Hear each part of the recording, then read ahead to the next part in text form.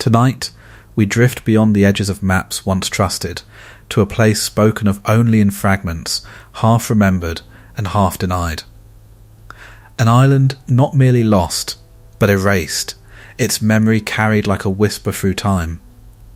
Some say it was perfection, others say it was a warning. And somewhere beneath the silence of the ocean, something waits to be remembered. If this kind of storytelling brings you inner peace, feel free to like the video and subscribe, but only if it truly brings you peace. And let me know in the comments where in the world are you listening from, and what time it is for you right now. It's always strangely comforting to know who else is out there closing their eyes to the same story. So settle in, let the world grow quiet, and let's dream together for a while. Before it was a name, it was a presence, not a place marked by borders, nor a kingdom claimed by men, but something quieter, an idea carried on the edges of memory, like a shape glimpsed beneath dark water. There are moments in history where truth does not arrive as fact, but as a disturbance, a story that feels older than the language used to tell it. Atlantis is one such disturbance. It is not introduced. It emerges. Long before its towers were imagined, before its kings were given voices, there was only the suggestion of it, a land beyond familiarity, resting somewhere between myth and recollection. It does not ask to be believed. It lingers, instead asking to be considered. What kind of civilization rises so high that its fall echoes louder than its existence? The ancient world did not preserve Atlantis in monuments or ruins. It preserved it in doubt, in fragments of dialogue, in the careful retelling of a story that even its narrators seemed to question. And yet, they told it anyway. Perhaps because it was never only about a city. There is something unsettling in the idea of perfection, something that resists permanence. A harmony too complete begins to feel fragile, as if it exists only briefly, balanced against an inevitable collapse. Atlantis does not begin with its greatness. It begins with the quiet suggestion that greatness, left unchecked, carries within it the seed of its own undoing. And so, Atlantis stands not at the start of a story, but at the edge of a question. Not where it was, but why it could not remain.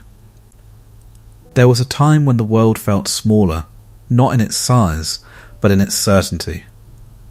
The edges of existence were not measured in miles, but in belief.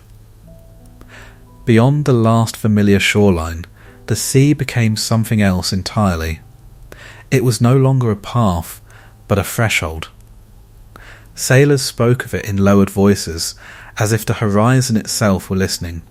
There were waters that did not welcome return, currents that seemed to think, and distances that refused to be known. It was somewhere beyond these shifting boundaries that Atlantis was said to rest. Not near, not easily reached, but far, deliberately far, from the lands that shaped memory. The ancients placed it beyond the pillars of Heracles, where the known world ended and something older seemed to begin. That passage, narrow and guarded by myth, was less a gateway than a warning. To pass through it was to leave behind not only land, but understanding, and beyond it there was an island, not a small one, easily lost to storms or swallowed by time. Atlantis was vast, a landmass described as greater than entire regions known to the ancient mind. It did not drift unseen. It stood, immense and deliberate, as though it had been placed rather than formed. But what is most curious is not its size, nor its distance. It is the way it was remembered. Atlantis was never described as discovered. No voyage claims it. No explorer names it as a triumph. Instead, it appears already known, as if its existence had always been accepted by those who spoke of it, even if they had never seen it themselves. It lived in a strange category of knowledge, distant, unreachable, yet certain. like a memory inherited rather than experienced. The sea that surrounded it was said to behave differently. Not violent, but resistant, thick in places, slow-moving, almost reluctant to be crossed. Some accounts suggest that after its fall, the waters themselves became impassable, as though the ocean had sealed something beneath it and refused to reveal what remained. Whether this was literal or symbolic is left unresolved. But even before its disappearance, Atlantis existed at a distance that shaped how it was understood.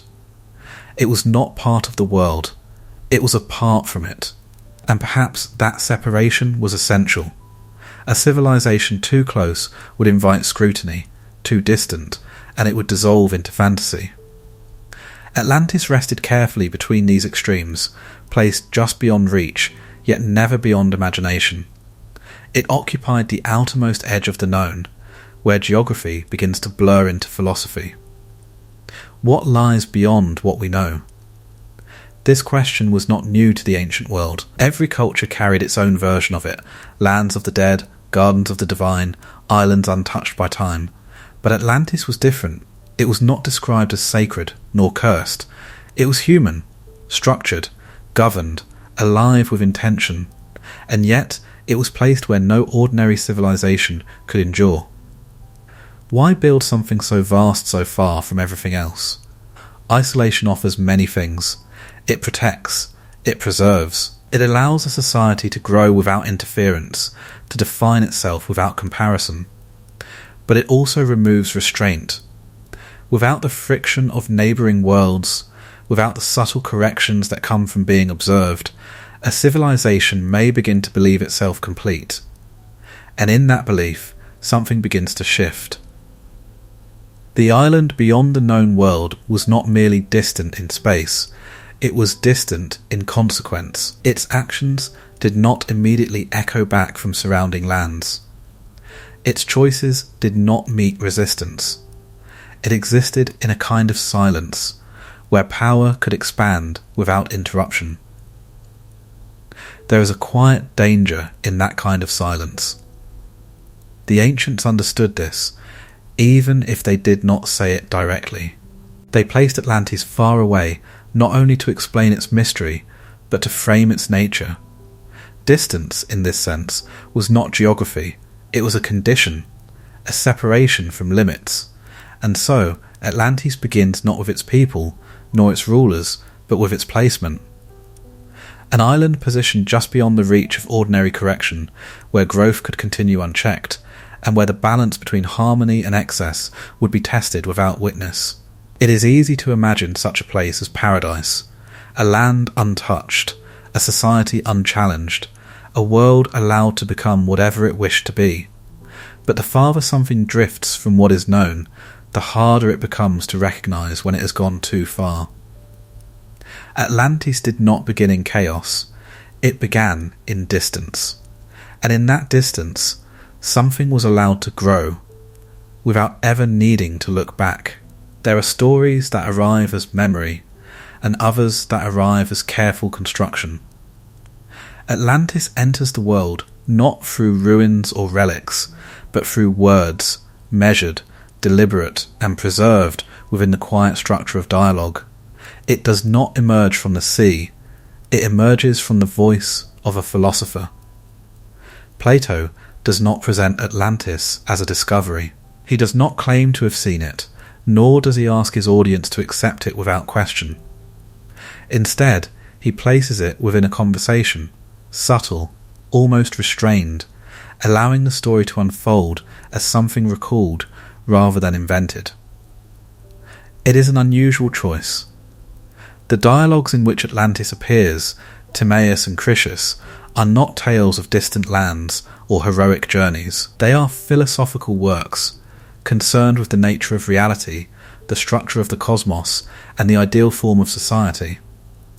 Atlantis enters this space not as entertainment, but as an example, though of what, it never fully declares. Within these texts, the story is said to have been passed down through generations, originating with the Athenian lawgiver Solon. During his travels in Egypt, Solon is told of an ancient conflict, one that predates the memory of Greece itself.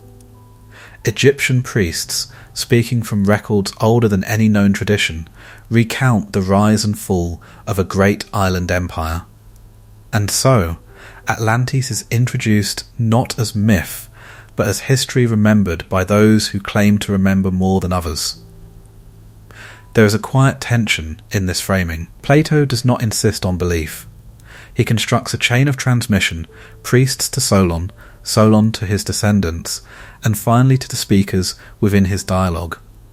Each step feels intentional, as if the story is being carried carefully, but also distantly, as though its truth must pass through layers before it can be spoken aloud. Why such distance? Perhaps because Atlantis is not meant to be grasped directly.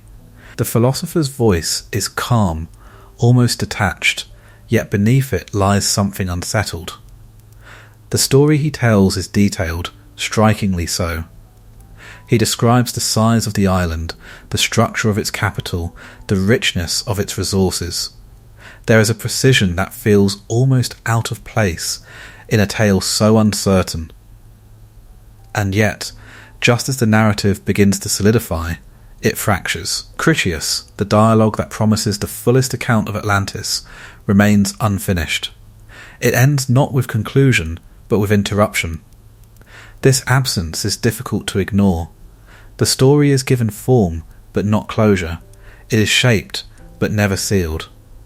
Atlantis, even in its telling, resists completion. It lingers in a state of partial revelation, as if something essential has been withheld, or perhaps lost. Was this intentional? Some have suggested that Plato created Atlantis as an allegory, a model through which to explore the strengths and failures of human society. A civilization that rises in balance and falls through excess. A reflection, perhaps, of Athens itself. But if this is true, it is a remarkably elaborate reflection. Others have wondered whether Plato was preserving something older, a fragment of a tradition already fading by his time. A story too distant to verify, yet too persistent to ignore. Something that had survived not in stone, but in speech. The philosopher offers no answer. He leaves the story suspended between possibilities, history or invention, memory or metaphor. And in doing so, he creates something far more enduring than certainty. He creates ambiguity. It is this ambiguity that allows Atlantis to persist, a story too detailed to dismiss entirely, yet too incomplete to confirm. It moves through time not as fact, but as question, reappearing in different ages, reshaped by those who encounter it. But within Plato's telling, one detail remains constant. Atlantis was real enough to fall. Whether it existed as land or idea, its destruction is treated not as speculation, but as inevitability. A civilization that reached its height, and then, in a moment both sudden and irreversible, vanished beneath forces it could not resist. This is not framed as accident, it is framed as consequence. The philosopher does not raise his voice to emphasize it. He does not linger on judgment. Instead, he allows the story to carry its own weight, trusting that its implications will settle quietly in the mind of the listener. And perhaps this is where Atlantis truly begins, not in the ocean, nor in the distant past, but in the act of being told. A story placed carefully within the structure of thought, where it can be examined, questioned, and never fully resolved. Plato does not ask us to believe in Atlantis. He asks us to consider what it represents, and in that consideration, the island begins to take shape. Stories do not move the way people do.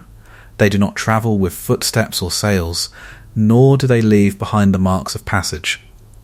Instead, they pass through something quieter, through memory, through language, through the fragile act of being repeated. And with each telling, they change, not always in meaning, but in shape. Atlantis was never fixed. From the moment it left the voice of Plato, it entered a different kind of existence. No longer contained within a single telling, it became something carried across generations, across cultures, across moments that had little in common except a shared fascination with what had been lost. Yet, unlike other stories, Atlantis did not scatter into endless variations. It remained strangely anchored, as though something in its core resisted distortion. Its distance, its grandeur, its sudden disappearance, these elements endured, even as the world around them changed. This persistence is difficult to explain. Most ancient tales soften over time. They blur at the edges, absorb new meanings, become reflections of the eras that inherit them. But Atlantis remained, intact in its absence. It did not expand into elaborate mythologies or fracture into conflicting versions. Instead, it lingered as a singular idea, quietly returning whenever the world seemed ready to question itself. There is something deliberate in that restraint. In the centuries that followed Plato, the story was neither fully embraced nor entirely dismissed. It existed in a kind of intellectual twilight. Some treated it as a philosophical device, a narrative shaped to illustrate the rise and fall of societies. Others approached it with cautious curiosity, wondering whether behind its structure there might be a memory older than the text itself. But no one could confirm it, and so Atlantis endured not through evidence, but through repetition. Each retelling carried with it a subtle shift, not in the facts, but in the tone. In times of stability, it was seen as distant, almost abstract, a curiosity from a philosophical past. But in moments of uncertainty, when civilizations began to question their own permanence, Atlantis felt closer, more immediate. It became less a story about something that had happened, and more a reflection of something that could. This is how stories survive, not by remaining unchanged, but by remaining relevant. Atlantis was not preserved because it was proven. It was preserved because it resonated. It touched something unspoken in those who heard it, a quiet recognition that even the greatest structures are not immune to disappearance, that what rises can also vanish. As centuries turned, the world expanded. New lands were discovered, oceans crossed, maps redrawn. The unknown began to shrink, its mysteries gradually replaced with measured certainty. And yet, Atlantis did not fade with this progress. It deepened. Because the more the world revealed itself, the more Atlantis stood apart from it, not found among islands, not uncovered beneath shifting sands.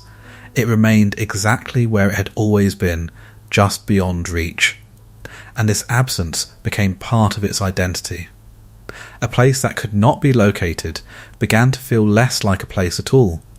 It became something else, an idea that existed independently of geography, a symbol perhaps of something the world had lost, or something it feared losing again.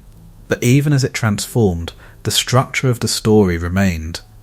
A powerful civilization, a moment of change, a sudden and irreversible end. These elements echoed through time, repeated with quiet consistency, as if they carried a truth that did not depend on physical proof, and perhaps that is the nature of certain stories. They do not survive because they are verified, but because they are understood.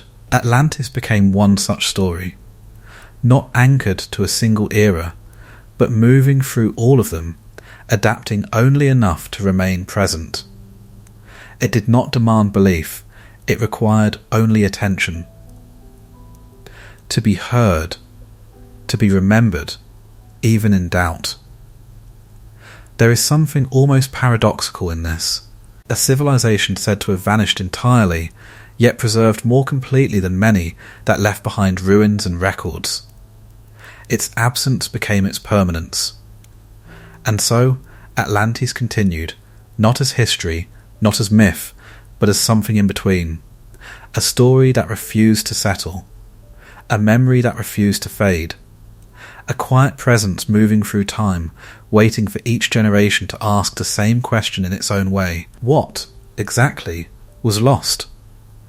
Before Atlantis was a civilization, it was a landscape, not yet shaped by human hands, not yet divided by walls or guided by intention. It existed in a quieter form, an island suspended between sea and sky, untouched by ambition. Its contours were not accidental. Ancient accounts speak of it as if it had been arranged, its mountains rising with quiet symmetry, its plains stretching wide and fertile, as though prepared for something not yet begun. There is a stillness in beginnings that is often overlooked. The island did not announce itself. It waited. Surrounded by the vastness of the ocean, it stood apart from the shifting patterns of the known world. Its isolation was not emptiness, but potential, a place where something could emerge without interference, without comparison, a place where the first marks of civilization would not need to compete with what came before. And into this stillness something arrived, not by ship, nor by chance. The god Poseidon is said to have chosen this island, though the reason is never made entirely clear. The sea, vast and restless, was already his domain. He was not a god in search of territory. And yet, Atlantis drew his attention, not with defiance, but with quiet presence. There is something unusual in a god choosing stillness over power. Poseidon did not conquer the island. He claimed it in a different way, by shaping it, by binding himself to it. Where the land had been untouched, he began to leave his mark. Springs of water were said to emerge where none had existed before, some warm, some cold, as if the earth itself had been awakened. The terrain responded, subtly at first, then with growing intention. But the most defining change was not in the land itself. It was in what the land would come to hold. At the centre of the island there was said to be a hill, a place slightly raised above the surrounding plain. It was here that Poseidon's attention settled most deeply, and it was here that the first boundary between divine and mortal began to blur. For on this hill lived a woman. Her name is given as Cleito, though the story offers little of her beyond her presence. She is not introduced as a figure of power or significance, only as someone who belonged to the land before the god arrived. And yet, it is through her that Atlantis begins to take its first true form. Poseidon does not remove her. He does not replace what was already there. Instead, he builds around her. The hill becomes enclosed, not by walls of stone, but by rings, circles of land and water carved into the earth itself.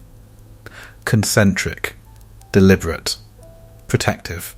These rings separate the centre from the rest of the island, creating a space both isolated and preserved. It is not a fortress, but something more controlled, more intentional. A design that suggests not defence, but separation. Within this enclosed centre, the union between god and mortal takes place. It is not described with grandeur. There are no celebrations, no declarations. The story moves quietly here, almost deliberately understated, as if aware that what is being formed is less an event and more a beginning. From this union come children, sons, not one but many. They are not entirely divine, nor entirely human. They exist in the space between, shaped by both inheritance and environment. Through them, Atlantis begins to move from stillness into structure. The island is no longer only land, it becomes lineage. And with lineage comes order. The sons of Poseidon are not left to exist without direction. The island is divided among them, each portion assigned, each boundary established. Authority is not seized, it is given. There is a system from the very beginning, a quiet architecture of rule that mirrors the physical structure of the island itself. Balanced. Segmented. Controlled. At the centre remains the original hill, the place of union, the place where divine presence is closest.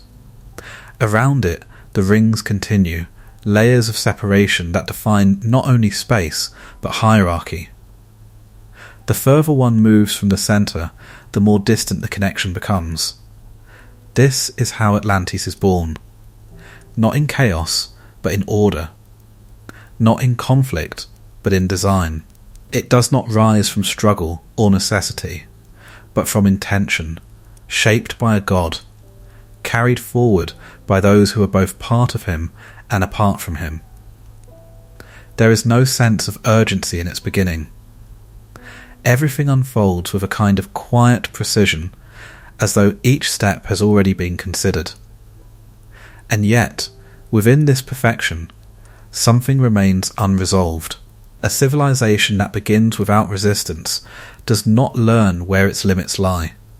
Atlantis, in its birth, is untouched by opposition. It does not need to adapt, to negotiate, or to correct itself. It grows in a kind of purity, guided by structure, but untested by consequence. There is a stillness in that kind of origin, a stillness that can feel like harmony, but also like the absence of something necessary. And so, Atlantis begins not with ambition, but with design. A place shaped carefully, inhabited deliberately, and set into motion without interruption. A beginning that feels complete, perhaps too complete. There are gods who rule through distance, and others who rule through presence. Poseidon did not abandon Atlantis after its beginning. He remained, not always seen, not always named in every moment, but felt in the structure of the land, in the rhythm of its waters, in the quiet order that held everything in place. His reign was not loud. It did not unfold in spectacles or declarations. There were no wars to establish his authority, no rival forces to challenge it. Power in Atlantis did not need to be proven. It simply existed, woven into the foundation of the island itself. This is what made it different. The earliest age of Atlantis was marked by a kind of balance that did not yet know it was fragile.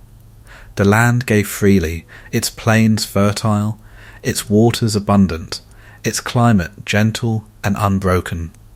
Nothing seemed withheld. Nothing required force.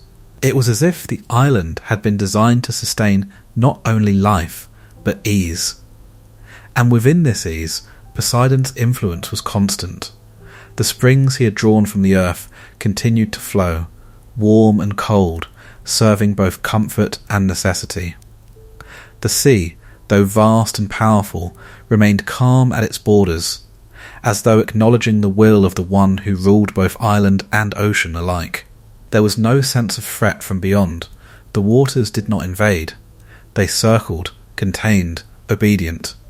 It is difficult to imagine such control. Not dominance born from struggle, but harmony maintained without resistance. The natural world did not oppose Atlantis, it responded to it, and behind that response was the quiet authority of the god who had shaped it. But Poseidon's reign was not only environmental, it extended into the structure of life itself. The sons born from his union with Plato grew into their roles without conflict. Each was given dominion over a portion of the island, their territories defined not by conquest but by design. There was no need to take what had already been assigned, no need to challenge what had already been ordered. And above them all, there remained a centre. The original hill, encircled by rings of land and water, held a significance that did not need to be spoken. It was not merely the geographic heart of Atlantis, it was its point of alignment.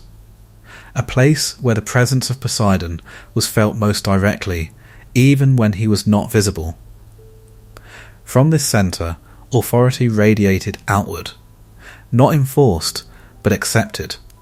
There is something almost weightless in this kind of rule, a system so balanced that it does not seem to require maintenance, a hierarchy so clear that it does not invite disruption. For a time, Atlantis existed in this state, a civilization guided by divine order, moving without friction. But there is a quiet complexity in such perfection. When power is never questioned, it becomes difficult to understand its limits. Poseidon did not impose laws in the way mortals would understand them. There are no detailed accounts of decrees or punishments, no lists of rules enforced through fear. Instead, his will seems to have been reflected in the structure itself, in the divisions of land, in the patterns of governance, in the balance between the sons who ruled. Order was not instructed, it was inherited, and because of this, it was rarely examined. The Atlanteans lived within a system that felt complete. Their world did not demand correction, it did not reveal its weaknesses. It moved forward with a quiet confidence, shaped by a presence that seemed both protective and permanent. But even the most stable systems carry something unseen. A reliance. Atlantis, in its early form, depended on the continuity of what had been given. Its balance was not self-created, it was established. Maintained by the lingering influence of a god, whose presence, though steady, was not unchanging. For gods do not remain the same in the eyes of mortals. As generations passed, the distance between origin and experience began to grow. The sons of Poseidon would give rise to their own descendants, kings who inherited authority, but not the direct memory of its source. The structure remained, but its meaning began, slowly, to shift. What had once been understood as alignment with the divine could begin to feel like entitlement. What had once been accepted as order could begin to feel like ownership. This change did not happen suddenly. It moved quietly, almost imperceptibly, beneath the surface of a civilization that still appeared whole. The land remained fertile. The waters remained calm. The systems of rule continued without visible fracture. And Poseidon remained. But presence, over time, can become background. What is always there is not always noticed, and so Atlantis continued under the reign of a god whose influence was still woven into its fabric, but whose meaning was beginning to fade in the minds of those who lived within it. This is the subtle turning point, not marked by conflict, not announced by disaster, but by distance. Not the distance of land or sea, but the distance between origin and understanding.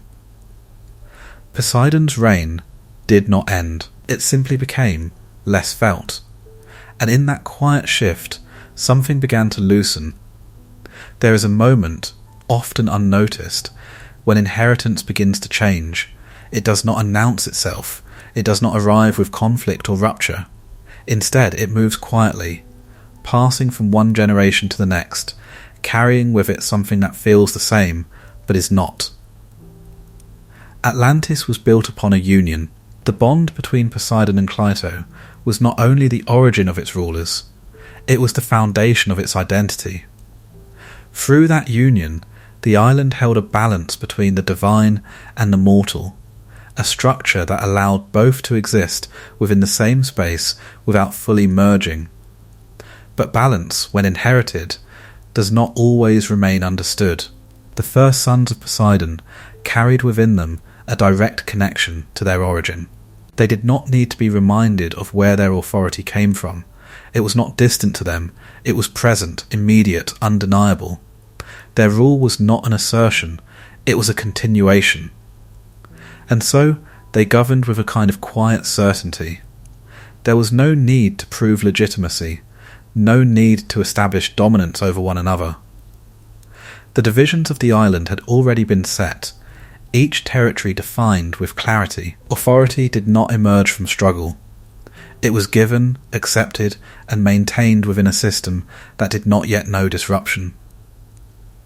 But time, even in a place as controlled as Atlantis, does not remain still. The sons of Poseidon became fathers. Their children, in turn, inherited not only land and title, but a story, one that explained who they were and why they ruled. Yet, unlike their predecessors, they did not stand at the origin of that story. They stood one step removed from it. And with each step away, something subtle began to shift. The divine presence that had once been immediate became less so. Not absent, but less direct. The memory of Poseidon remained, preserved in ritual, in structure, in the very design of the island. But memory is not the same as experience. To inherit a connection is not to feel it. And so, the rulers of Atlantis began to change, not in form, not in power, but in perception. What had once been understood as a responsibility tied to something greater began to feel, slowly, like possession. The land was no longer simply entrusted, it was owned. Authority was no longer merely continued, it was exercised. This change did not bring immediate disorder. The system still held. The 10 royal lines, descended from Poseidon, continued to govern their respective domains. The central authority remained intact, the hierarchy preserved. There were still gatherings, still agreements, still an overarching sense of unity that bound the rulers together. But beneath this unity, a quieter transformation was unfolding. The kings were no longer only vessels of a divine structure, they were becoming individuals within it. And individuality carries with it something unfamiliar to perfect order: desire. Not yet the kind that disrupts or destroys, but the kind that begins to question. The kind that looks at what has been given and wonders whether it could be more, whether the boundaries that define power are limits or invitations. This is the beginning of divergence, not in action, but in thought. The rulers of Atlantis did not immediately abandon their origins. They did not reject the memory of Poseidon, nor did they dismantle the systems that had been established. Instead, they continued, governing, expanding, maintaining the appearance of continuity. But their relationship to that continuity had changed. It was no longer unquestioned. The divine, once central, became something observed from a distance. Honoured, perhaps, but not deeply felt.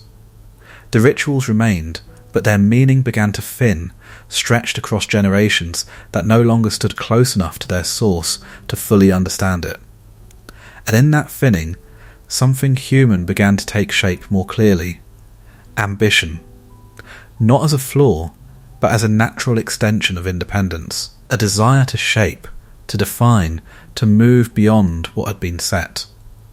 The kings of Atlantis, still bound by their shared origin, began to see themselves not only as inheritors, but as authors. This is where the balance begins to lean. The divine union that once anchored Atlantis does not disappear. It remains, embedded in the structure, in the memory, in the very identity of the civilization, but it is no longer the only force guiding it. The mortal element begins to rise, quietly, gradually, almost imperceptibly. And yet, once it begins, it does not recede. For to become aware of one's own power is to begin imagining how far it might extend. Atlantis, still harmonious, still ordered, had not yet changed in form, but within its rulers, something had shifted. The inheritance was no longer enough, and though nothing had yet been altered, everything had begun to move. Power, when divided carefully, can appear indistinguishable from harmony. Atlantis did not gather its authority into a single throne. It unfolded it, measured, deliberate, across 10 rulers, each descended from the first union of Poseidon and Cleito. These were not kings who rose through conquest or contention. They emerged already placed, each given a portion of the island, each bound to a structure that preceded their will. 10 domains, 10 lines of inheritance, 10 rulers, moving within a system that did not ask them to compete. At the centre of this arrangement stood Atlas, the firstborn, from whom the island itself would take its name. His position was not seized, it was assumed. As the eldest, his authority carried a weight that extended beyond his own territory. The others ruled, but he remained a point of alignment, a quiet axis around which the rest were expected to turn. Yet even this central role was not absolute. The kings of Atlantis did not exist beneath Atlas, but alongside him, connected through something more subtle than command. Their authority was shared, their responsibilities intertwined. There were agreements, ancient and unbroken, that governed how they would act in relation to one another. They did not rule in isolation. At appointed times, the kings would gather. Not in conflict, not to settle disputes born of rivalry, but to reaffirm the structure that bound them together. These assemblies were not driven by urgency. They were ritualistic, measured, almost ceremonial in their repetition. There is something revealing in this. A system that requires regular reaffirmation is not one that sustains itself entirely without effort. Even in its earliest form, the balance of Atlantis needed to be maintained, not through force, but through remembrance. The kings would meet within the sacred centre, near the place where Poseidon's presence had first shaped the land. There, surrounded by the concentric rings that defined the island's design, they would renew their commitments to one another. Oaths were taken. Boundaries were respected. Authority was acknowledged, not only individually, but collectively. It was a structure built not on dominance, but on agreement, and for a time it held. Each king governed his domain with a sense of clarity. The divisions of land ensured that there was no ambiguity in rule, no overlapping claims, no immediate cause for dispute. Resources were abundant, the population stable, the environment cooperative. There was little to provoke imbalance. But structure, no matter how carefully designed, does not eliminate the nature of those within it. The kings were not identical. Though they shared a common origin, they were shaped by different lands, different experiences, different interpretations of what it meant to rule. Their territories varied in character, some more fertile, some more strategically placed, some closer to the centre, others further removed. And with variation comes comparison. At first, this comparison remained quiet. It did not disrupt the assemblies, nor did it alter the outward unity of the kings. They continued to gather, to speak, to reaffirm their bonds.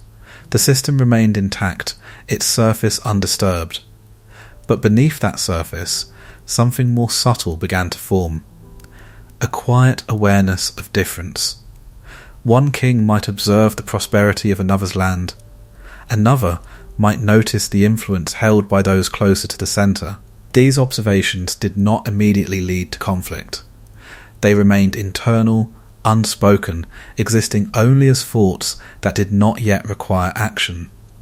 But thoughts, once formed, do not vanish. They settle. They wait.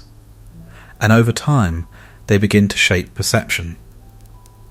The gatherings of the kings continued, but their meaning began, slowly, to change. What had once been a reaffirmation of unity could begin to feel like a negotiation of standing. What had once been ritual could begin to carry the weight of unspoken comparison. No words needed to change for this shift to occur. Only perspective. The structure of Atlantis still appeared perfect.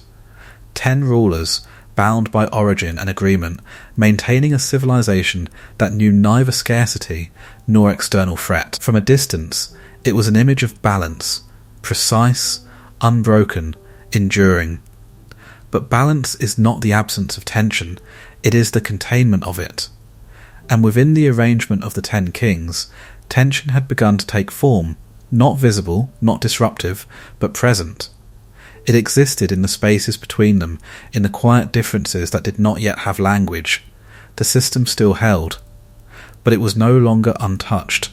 For the first time, Atlantis contained within it something that had not been placed there by design.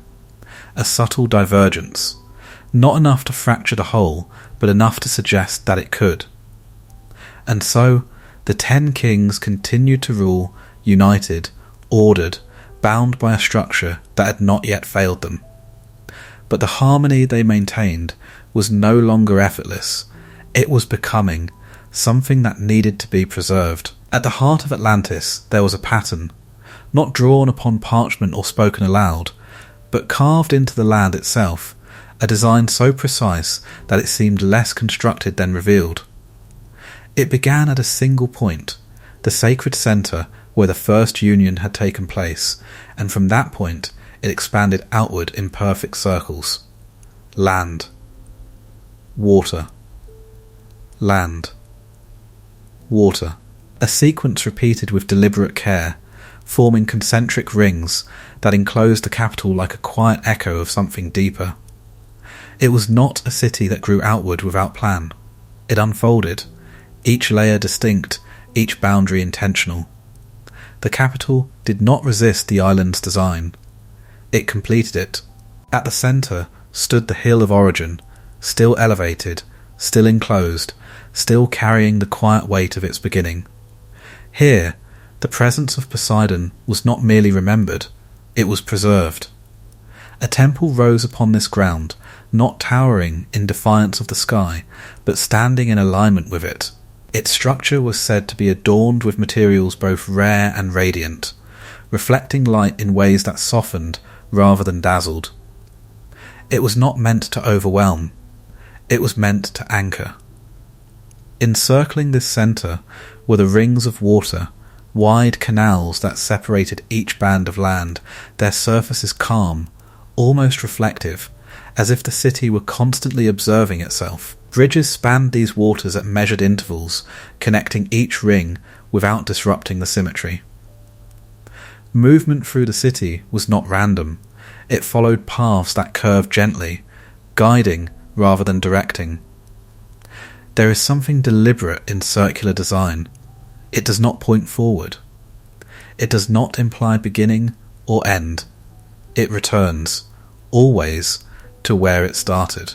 The Atlantean capital existed within this quiet repetition, its structure reinforcing a sense of continuity that felt both stable and contained. Each ring held its own purpose.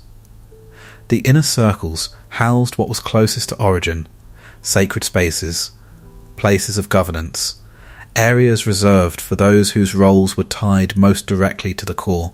Further outward, the rings expanded into areas of life, residences, markets, spaces where the rhythms of the population unfolded. And beyond them, the outermost boundaries blended into the greater island, where the ordered geometry of the capital softened into the natural contours of the land. It was a city that did not impose itself upon its surroundings. It emerged from them. The waters that shaped the rings were not stagnant. They flowed, subtly, connected to the sea beyond the island, allowing movement between the capital and the outer world. Ships could pass through carefully constructed channels, entering the city not through gates of stone, but through pathways of water. Arrival in Atlantis was not abrupt. It was gradual.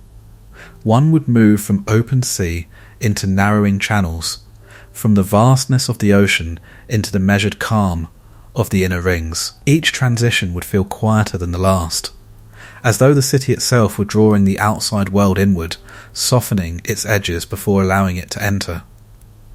This design did more than organize space, it shaped experience. To move through the capital was to move through layers of meaning, each ring carrying a different sense of proximity, not only to the centre, but to something less defined.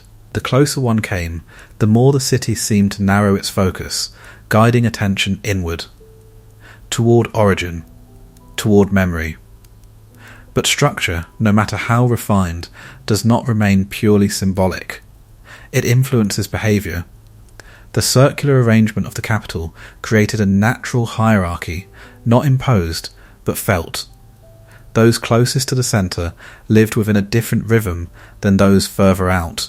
Access, proximity, and movement became subtle indicators of status, even if they were not declared as such. The design did not create inequality, but it allowed it to be perceived, and perception, once formed, begins to shape reality. The Atlanteans moved through their city with an ease that suggested familiarity, yet beneath that ease was an awareness of position, of distance, of place within the greater structure. The rings that connected them also separated them, defining not only where they lived, but how they understood themselves in relation to others. The capital was perfect in its balance, but it was also precise in its divisions. There were no sharp edges, no abrupt separations, no visible barriers beyond the water that encircled each layer. And yet, the separation was clear. To cross from one ring to another was to move through a boundary, even if that boundary felt fluid. This is the quiet complexity of Atlantis. Its design did not force distinction, it revealed it. The city stood as a reflection of the civilization it held, ordered, harmonious, and deeply aware of its own structure. Everything had its place. Everything moved within a pattern that seemed complete. But patterns, once established, do not remain static. They repeat. They reinforce. And over time, they can begin to define not only space, but thought. The capital of Atlantis was more than a place. It was a shape that its people began to mirror. And as they moved within its circles, returning again and again to the same centre, something within that repetition began to settle. Not as disruption, but as direction, a quiet pull inward that would not always remain balanced. Perfection does not arrive all at once.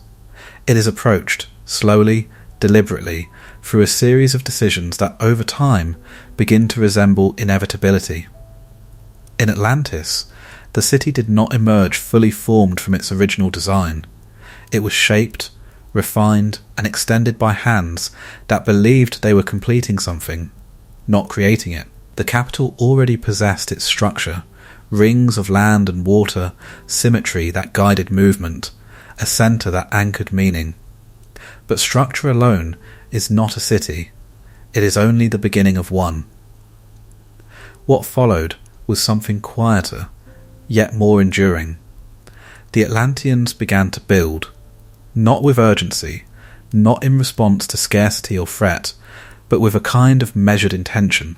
The land offered its resources freely, stone that could be cut cleanly, metals that could be drawn from the earth without resistance, timber that grew in abundance.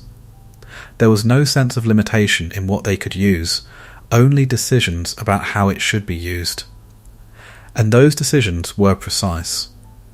The canals that formed the rings were not left in their natural state. They were deepened, widened, aligned, so that water would flow without stagnation. The sea was not allowed to move freely into the city. It was guided, shaped into channels that balanced access with control. Harbours were constructed where the outer rings met the ocean, allowing ships to enter without disturbing the inner calm. Movement in Atlantis was never accidental. Bridges spanned the waters at exact intervals, built not only to connect, but to preserve the rhythm of the city. They did not disrupt the circular pattern, they followed it, curving gently, reinforcing the sense that everything within Atlantis moved in accordance with a larger design. Even the roads reflected this intention.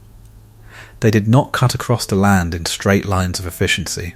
They followed the contours of the rings, guiding travellers along paths that returned them again and again toward the centre.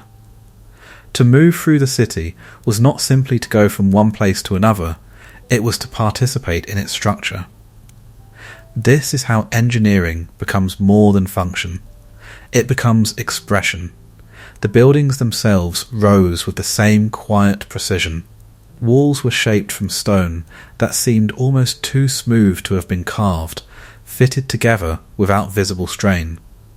Surfaces reflected light in softened tones, not harsh or blinding, but measured, allowing the city to hold brightness without overwhelming the eye.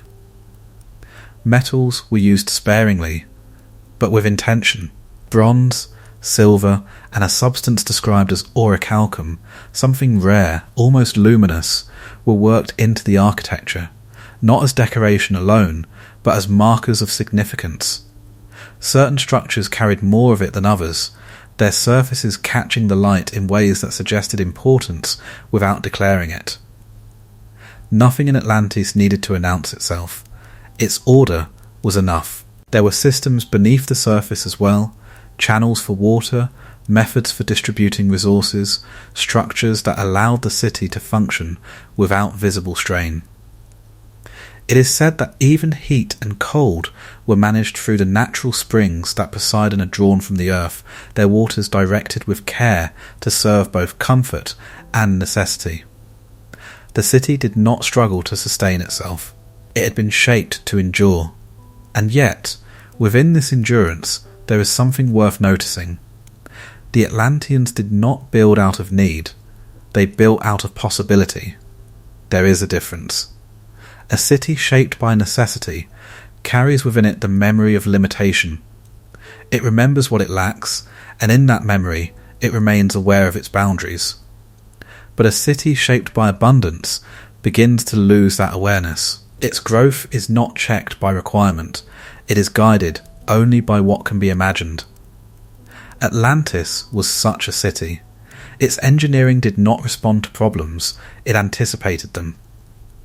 It refined itself not because it was flawed, but because it could be made more complete. Each addition, each adjustment, brought it closer to an idea that was never fully defined, yet always pursued. Completion, when approached too closely, begins to change its meaning. What begins as harmony can become control, what begins as refinement can become excess, and what begins as design can become fixation. At this stage, Atlantis had not yet crossed that threshold. Its systems still held balance, its structures still served purpose, its people still moved within a city that reflected order rather than imposed it. But the direction had been set. A civilization that learns it can perfect its world rarely chooses to stop. And so, Atlantis continued to build, not outward into chaos, but inward towards something that felt increasingly complete. Perhaps more complete than anything meant to last. Wealth, in its earliest form, is not counted. It is felt, in the ease of living, in the absence of want, in the quiet assurance that what is needed will always be there. In Atlantis, this feeling came before any measure of value, before gold was weighed or resources compared. It existed as a condition of the world itself. The island gave freely. Its plains stretched wide and fertile, producing harvests that did not fail. The soil did not resist cultivation, it responded to it. Crops grew in abundance, not through struggle, but through a kind of natural cooperation between land and those who tended it. There was no urgency in agriculture, no fear of scarcity. The rhythm of growth was steady, predictable, almost assured.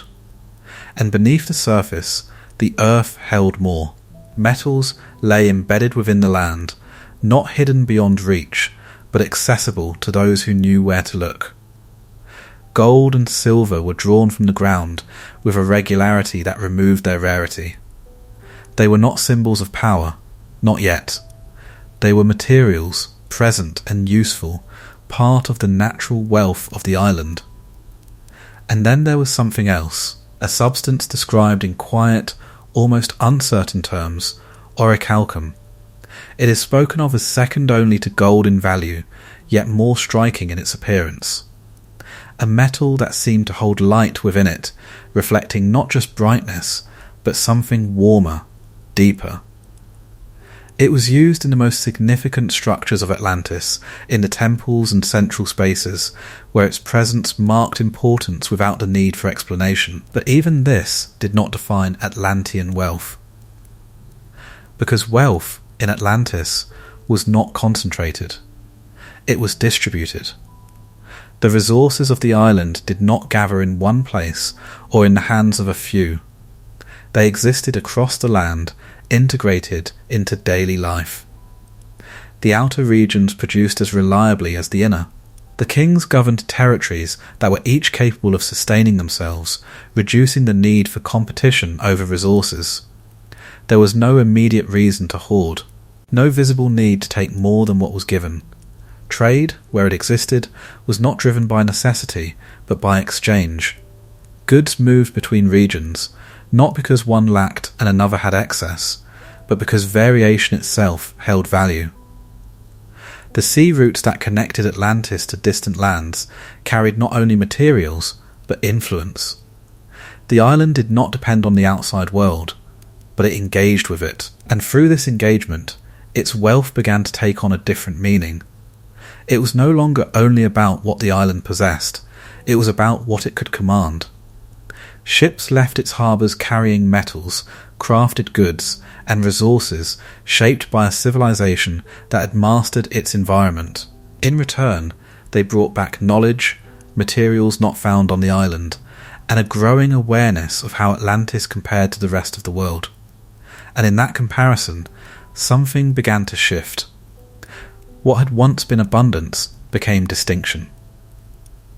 The Atlanteans could see, perhaps more clearly than before, that their world was not like others, that what they possessed was greater, more refined, more complete. Their cities were more ordered, their lands more fertile, their systems more stable. Wealth, once unnoticed, began to be recognized, and recognition changes things. Gold, once a material, becomes a symbol. Orichalcum, once part of the city's design, becomes a marker of status.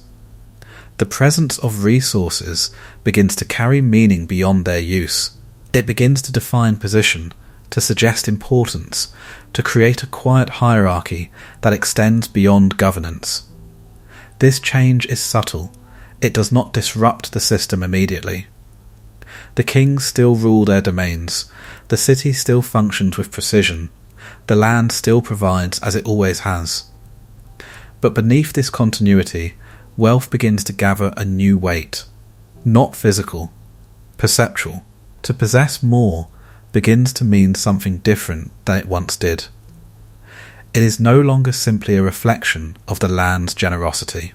It becomes, slowly, a reflection of the individual, and with that shift comes something unfamiliar. Attachment. The desire not only to have, but to keep. Not only to receive, but to accumulate. The resources of Atlantis, once part of a shared condition, begin to take on the edges of ownership in a more defined way. This is not yet greed, but it is its beginning. A civilization that has never known scarcity does not immediately understand the consequences of valuing excess. It does not see the line between abundance and accumulation because that line has never needed to be drawn. And so, Atlantis continues as it always has, rich, stable, abundant. But its wealth is no longer invisible. It has been seen. And once seen, it cannot return to what it was before. The island remains generous, but those who live upon it are beginning to look at that generosity differently. Not as something given, but as something that can be held. Power does not always arrive with noise. It gathers quietly, first in stability, then in confidence, and finally in reach. By the time it is recognized, it has often already taken shape. Atlantis did not set out to become an empire. Its beginnings held no urgency for expansion, no immediate need to extend beyond its shores. The island was complete within itself, its systems balanced, its resources abundant. There was no pressure from within, no threat from without. For a time, it existed in a state that required nothing more. But completeness has a tendency to move outward, not from necessity, but from possibility. The sea, which once marked the boundary of Atlantis, gradually became something else, a pathway. The waters that surrounded the island were no longer only a barrier. They were a medium through which influence could travel, carried by ships that moved with increasing confidence across distances that had once felt uncertain.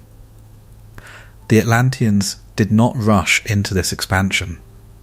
They approached it as they had approached everything else, with structure, with intention. Their vessels were not crude or temporary. They were built with the same precision that shaped their city, designed to endure, to navigate, to return. The knowledge of the sea, inherited from the quiet presence of Poseidon, was not something they had to learn from struggle. It was something they seemed to understand. And so, they moved outward. At first it was exploration, measured, observant, without immediate claim. The Atlanteans encountered other lands, other peoples, other ways of living. These encounters did not begin with conflict, they began with recognition, a quiet awareness of difference. Atlantis was not like these places. Its cities were more ordered, its resources more abundant, its systems more stable. Where others adapted to their environment, Atlantis appeared to have shaped its own. This contrast did not go unnoticed, and with that awareness came influence. Trade routes expanded, carrying Atlantean goods into distant regions. Their materials, their craftsmanship, their methods began to appear beyond the island, integrated into societies that had never seen such refinement. At first, this exchange was balanced, mutual, respectful, without dominance. But influence, once established, rarely remains equal. The Atlanteans did not need to impose their presence for it to be felt. It arrived naturally, through the quiet authority of what they possessed. Other lands began to look toward Atlantis not only as a partner, but as a standard. A point of comparison that shifted how they understood themselves. And in that shift, power began to form, not declared, not enforced, but recognized. Atlantis became something more than an island.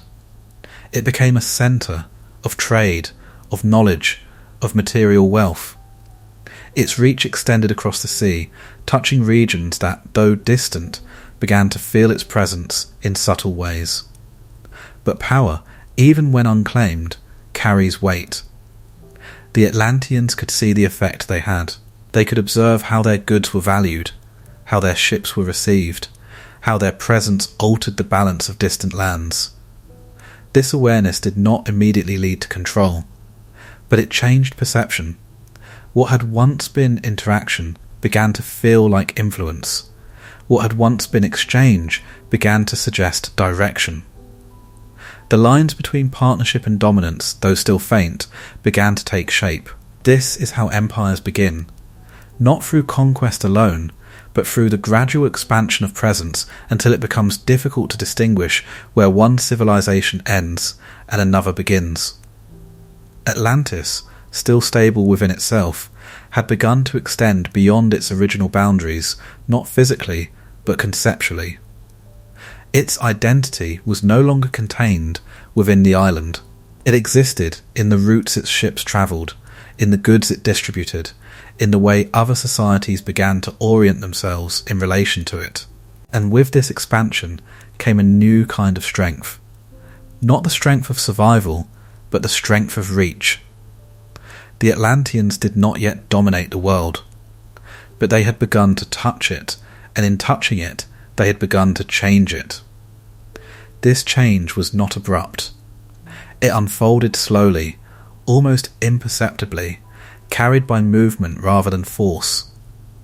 But its effects accumulated. With each journey, with each exchange, with each quiet extension of presence, Atlantis moved further from what it had been. A self-contained world, and closer to what it was becoming. an empire. Yet, even as this transformation took shape, the island itself remained unchanged in appearance. Its capital still stood in perfect symmetry.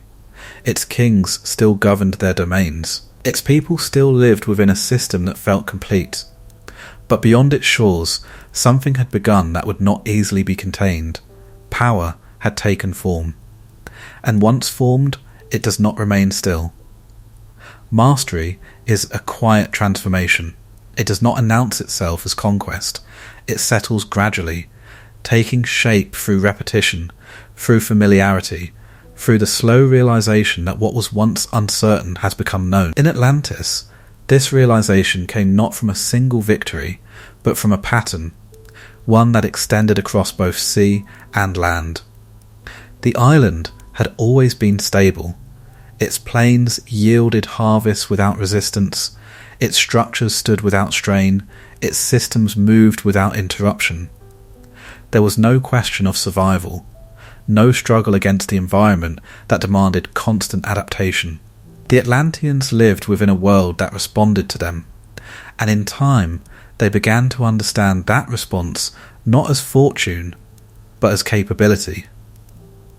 They did not merely live upon the land, they shaped it. Irrigation channels extended beyond the natural rivers, guiding water into fields with careful precision. The fertile plains were not left to chance. They were organised, measured, cultivated in ways that ensured consistency rather than dependence. Even the terrain itself seemed to align with their intentions, as though the island continued to yield to the design first set in motion by Poseidon. Nothing was left unmanaged. And yet, nothing appeared forced. This is the subtle distinction of mastery. It does not distort what it controls. It refines it. Beyond the fields, the forests of Atlantis were not consumed recklessly. Timber was taken with awareness, used to construct vessels, buildings and tools that carried the same precision found in the capital. There was no sense of depletion, no visible consequence to what was taken. The land continued to provide, as if its abundance were not diminished by use, and so the Atlanteans came to trust it. Perhaps too easily. The sea, once a boundary, had already become a pathway, but now it became something more, a domain understood, navigated, and gradually mastered. Their ships did not merely travel across its surface, they moved with it, guided by currents that were no longer mysterious. Navigation ceased to be an act of risk, it became an act of knowledge.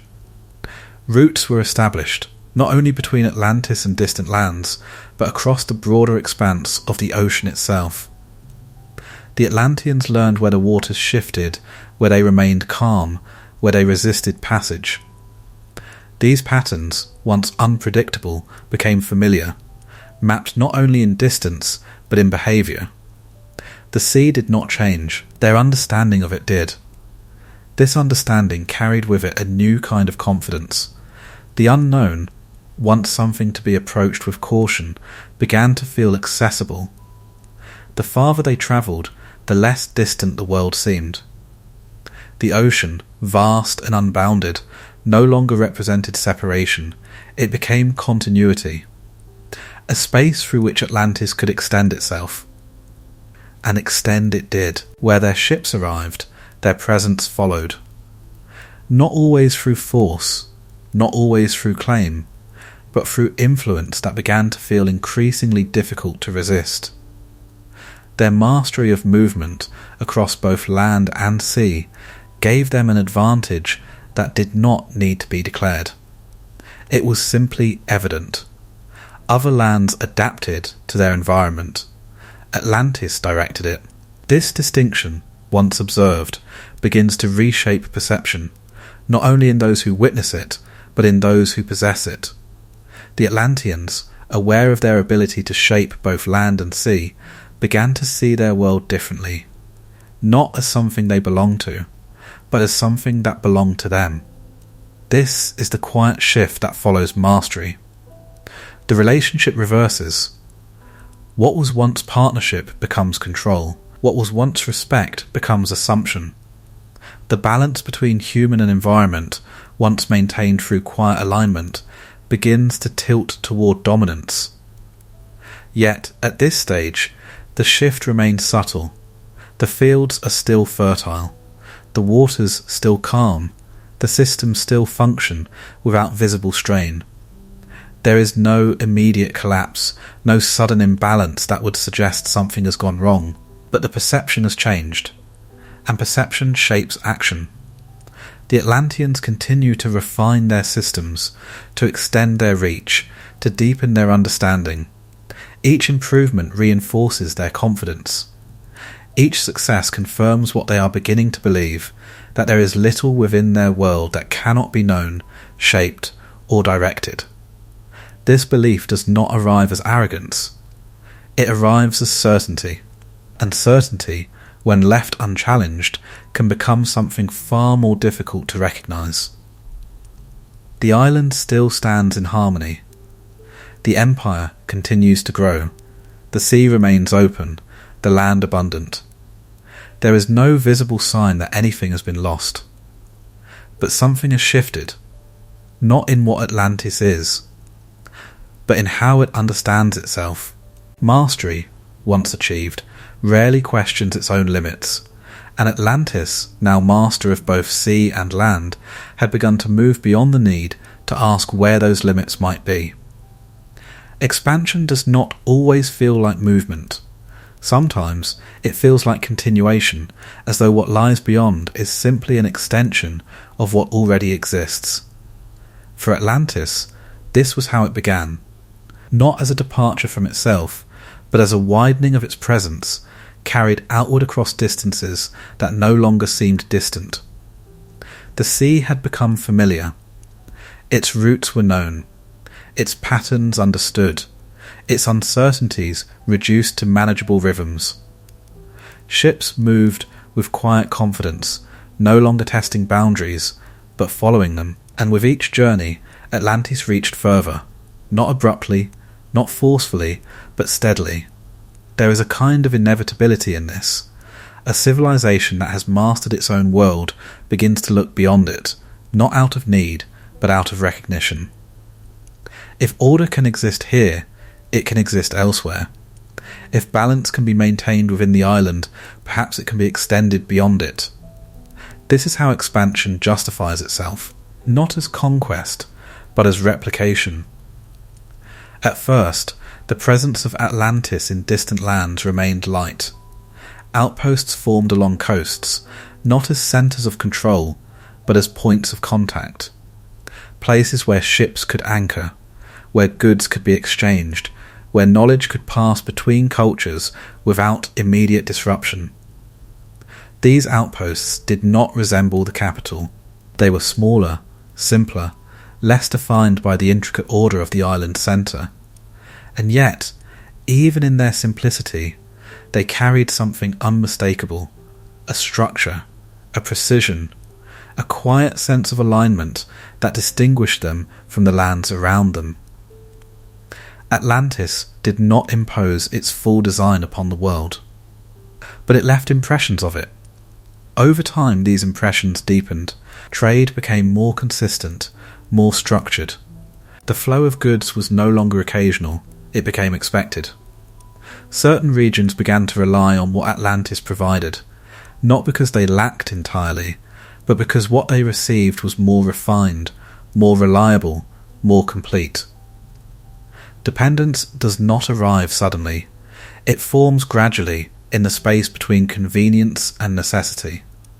The Atlanteans, observing this, did not immediately alter their approach. They continued to move as they always had, measured, controlled, guided by systems that had not yet failed them. But their awareness grew. They could see the effect of their presence. They could see how their arrival shifted the balance of distant places. And in that awareness, expansion began to take on a different tone. What had once been exchange began to feel like influence. What had once been influence began to resemble control. not declared, not enforced through visible force, but understood through the quiet reality that Atlantis now held a position others could not easily resist. The world, in small but meaningful ways, began to orient itself around them. Routes were adjusted to align with Atlantean movement. Goods were valued in relation to Atlantean standards. Even systems of governance in distant regions began to reflect, however faintly, the structured order that Atlantis embodied. This was not conquest in the traditional sense. There were no widespread wars, no immediate subjugation. But there was a shift, a gradual reordering of the world, influenced by a civilization that had not needed to declare its authority for it to be felt. And yet, beneath this expansion, something remained unresolved. The farther Atlantis extended itself, the more distant it became from its own centre. Not physically, the island remained unchanged, but conceptually. Its identity, once contained and clearly defined, began to spread across spaces that did not share its origin. And with that spread came variation. The outposts, though structured, were not identical to the capital.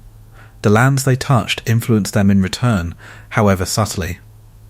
The people who encountered Atlantis did not simply receive its presence, they responded to it, interpreted it, adapted it in ways that could not be fully controlled. Expansion, once begun, does not remain pure. It changes what it touches, and it changes what extends. Atlantis, still grounded in its original design, had begun to exist in multiple forms. The island remained its centre, but beyond it, its presence was less contained, less defined, more subject to the complexities of a world that did not share its perfect origin. This did not yet appear as a problem. The systems still held. The empire still functioned. The movement of goods, of people, of influence continued without visible fracture. But the distance had grown, not only between Atlantis and the world, but between Atlantis and itself. For the first time, what it was becoming could no longer be fully traced back to what it had been. And though this expansion felt like continuation, it carried within it the quiet beginning of something that could not easily be brought back. Corruption does not begin with collapse. It begins with a shift so subtle it is rarely named when it first appears. There is no single moment where balance breaks, no clear instant where harmony gives way to disorder. Instead, there is a quiet alteration, a change in how things are seen, long before they are changed in how they are done. In Atlantis, this shift did not arrive as crisis. The island still stood in perfect form. Its capital remained precise, its systems uninterrupted, its lands as fertile as they had always been. The empire continued to expand, its influence extending across distant regions with the same measured confidence. Nothing, at first glance, had been lost. And yet, something had begun to change. It appeared first in perception. The rulers of Atlantis, descendants of Poseidon, had long governed within a structure that balanced inheritance with responsibility. Their authority was not something they had created, it was something they had received, and for generations this distinction had remained clear. But clarity, over time, can fade. The memory of origin, once immediate, had become distant. The presence of the divine, once felt, had softened into something less direct. It was still acknowledged, still honoured in form, but its meaning no longer carried the same weight. And where meaning fades, interpretation begins. The kings of Atlantis still ruled as they always had. They maintained their territories, upheld their agreements, gathered in ritual assemblies that reaffirmed their unity. Outwardly, nothing had changed, but inwardly something had begun to shift. Authority, once understood as a continuation of something greater, began to feel like possession. The land was no longer simply entrusted, it was held. The structures of governance, once reflections of a divine order, began to feel like systems shaped by those who operated within them. This change was not spoken. It did not need to be. It existed in small decisions, in subtle differences of emphasis, in the quiet space between what was done and why it was done. A ruler might choose slightly more for his domain than before. Another might begin to consider his position not only in terms of duty, but in terms of advantage. These are not actions that disrupt immediately. They accumulate. The wealth of Atlantis, once a shared condition, began to take on sharper edges. Resources were still abundant, but their distribution began to reflect preference rather than balance. The distinction between what belonged to the whole and what belonged to the individual became less clear. Not absent, but less certain. This uncertainty did not yet lead to conflict. The structure of Atlantis was too strong, too carefully maintained for that. The kings still met, still spoke, still upheld the appearance of unity that had defined them from the beginning. But appearances, once relied upon, can begin to replace what they represent. The rituals continued. But their meaning had shifted, where once they reaffirmed a shared origin, they now reinforced a shared structure, one that was increasingly maintained not through belief, but through habit. The words remained the same, the actions unchanged, but the understanding beneath them had begun to thin. And in that thinning, something human moved closer to the surface. Desire, once quiet, became more defined. Not yet overt, not yet disruptive, but present in a way it had not been before. The kings began to see not only what they had, but what they could have. Not only what was given, but what might be taken, if only slightly, if only within the boundaries that still appeared intact. This is how corruption begins. Not as rejection, but as adjustment. The system is not abandoned, it is altered, gently, incrementally, in ways that do not immediately reveal their consequence. Atlantis remained strong. Its cities still stood in harmony.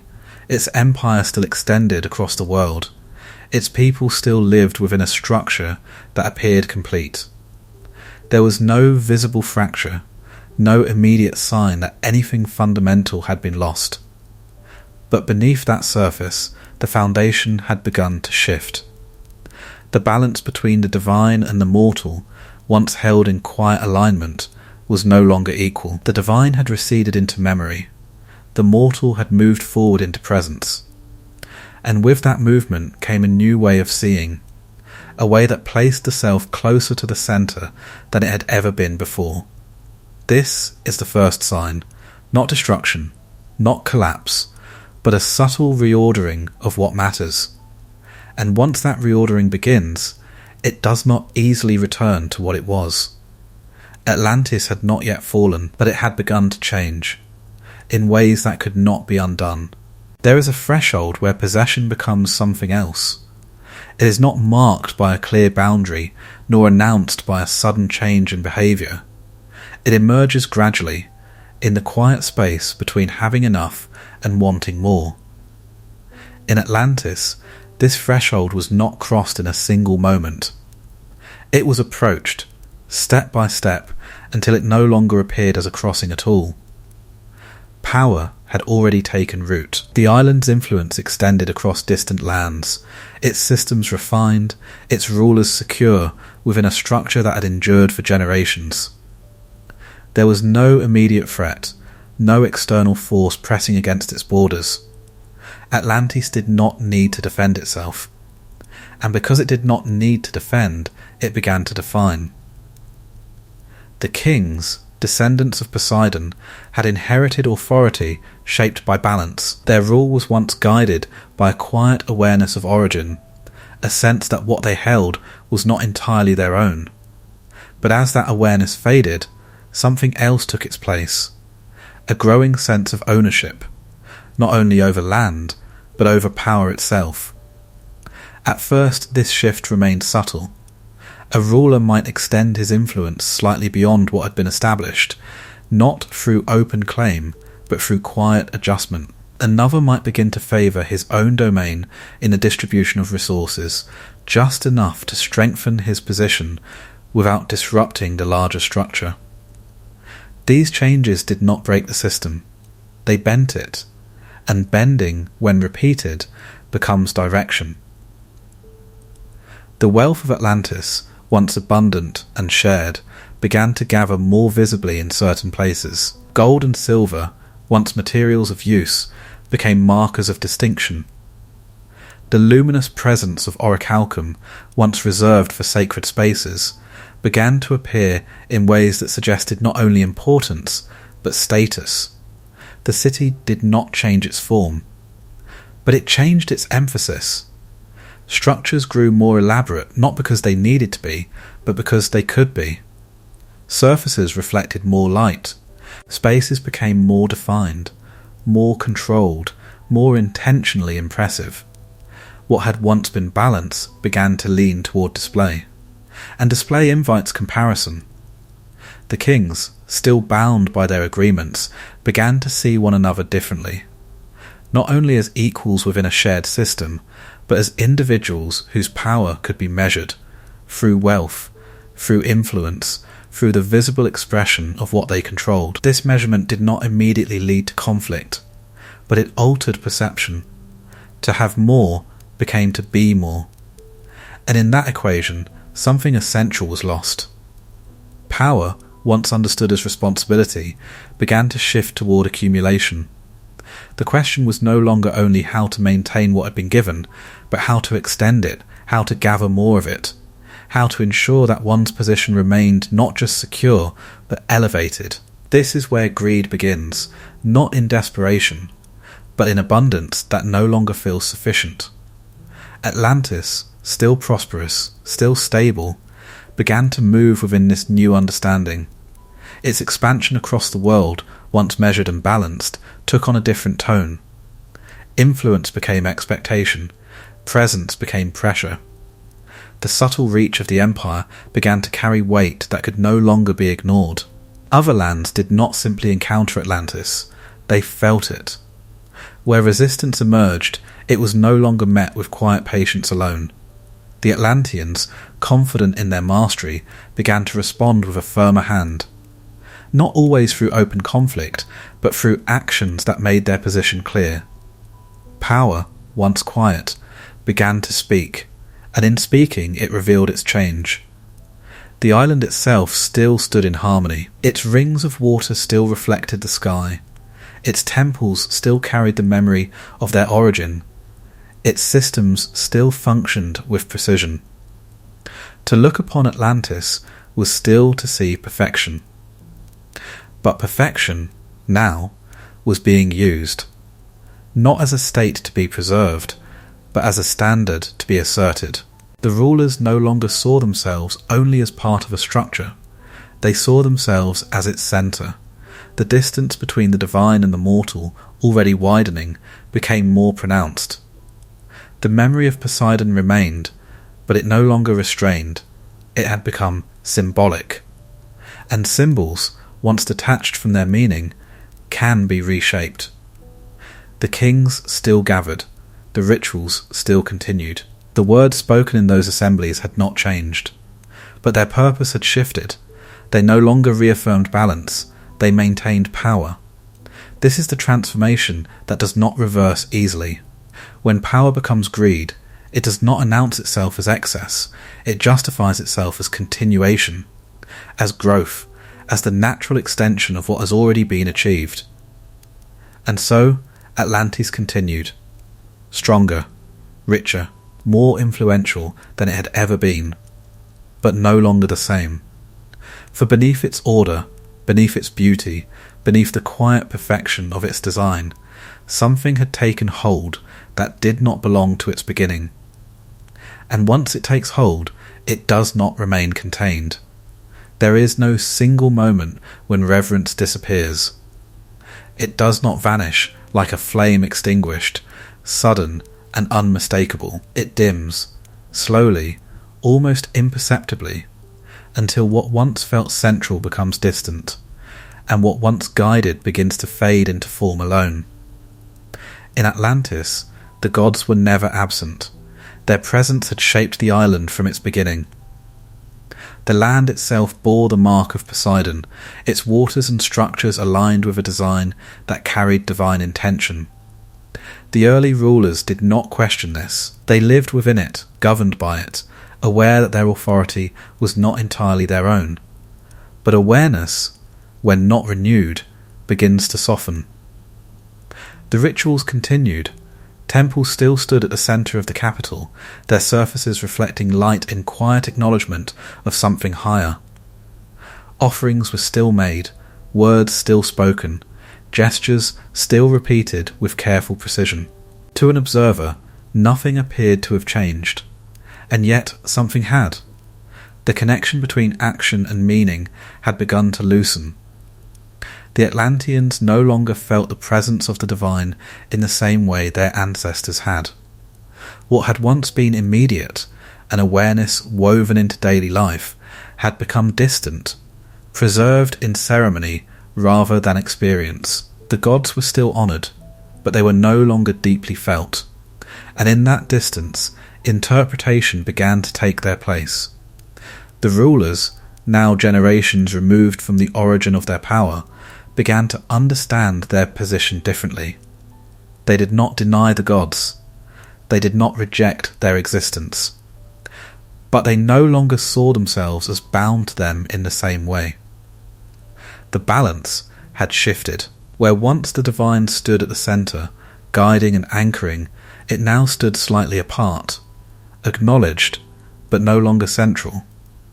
The mortal perspective, already growing through wealth and expansion, began to take precedence, not as defiance, but as assumption.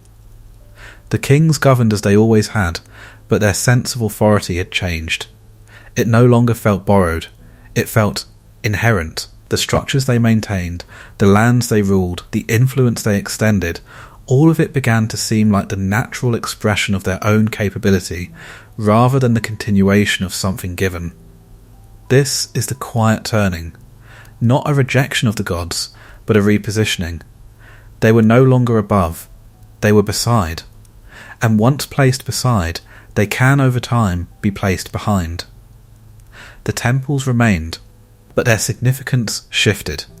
Where once they had been centres of alignment, places where the divine and the mortal met in quiet balance, they now became symbols, structures that represented a past connection more than a present one. Their beauty remained, their design unchanged, but their meaning had thinned. Rituals continued, but they no longer shaped behaviour, they accompanied it. This is how reverence transforms. It does not disappear. It becomes background.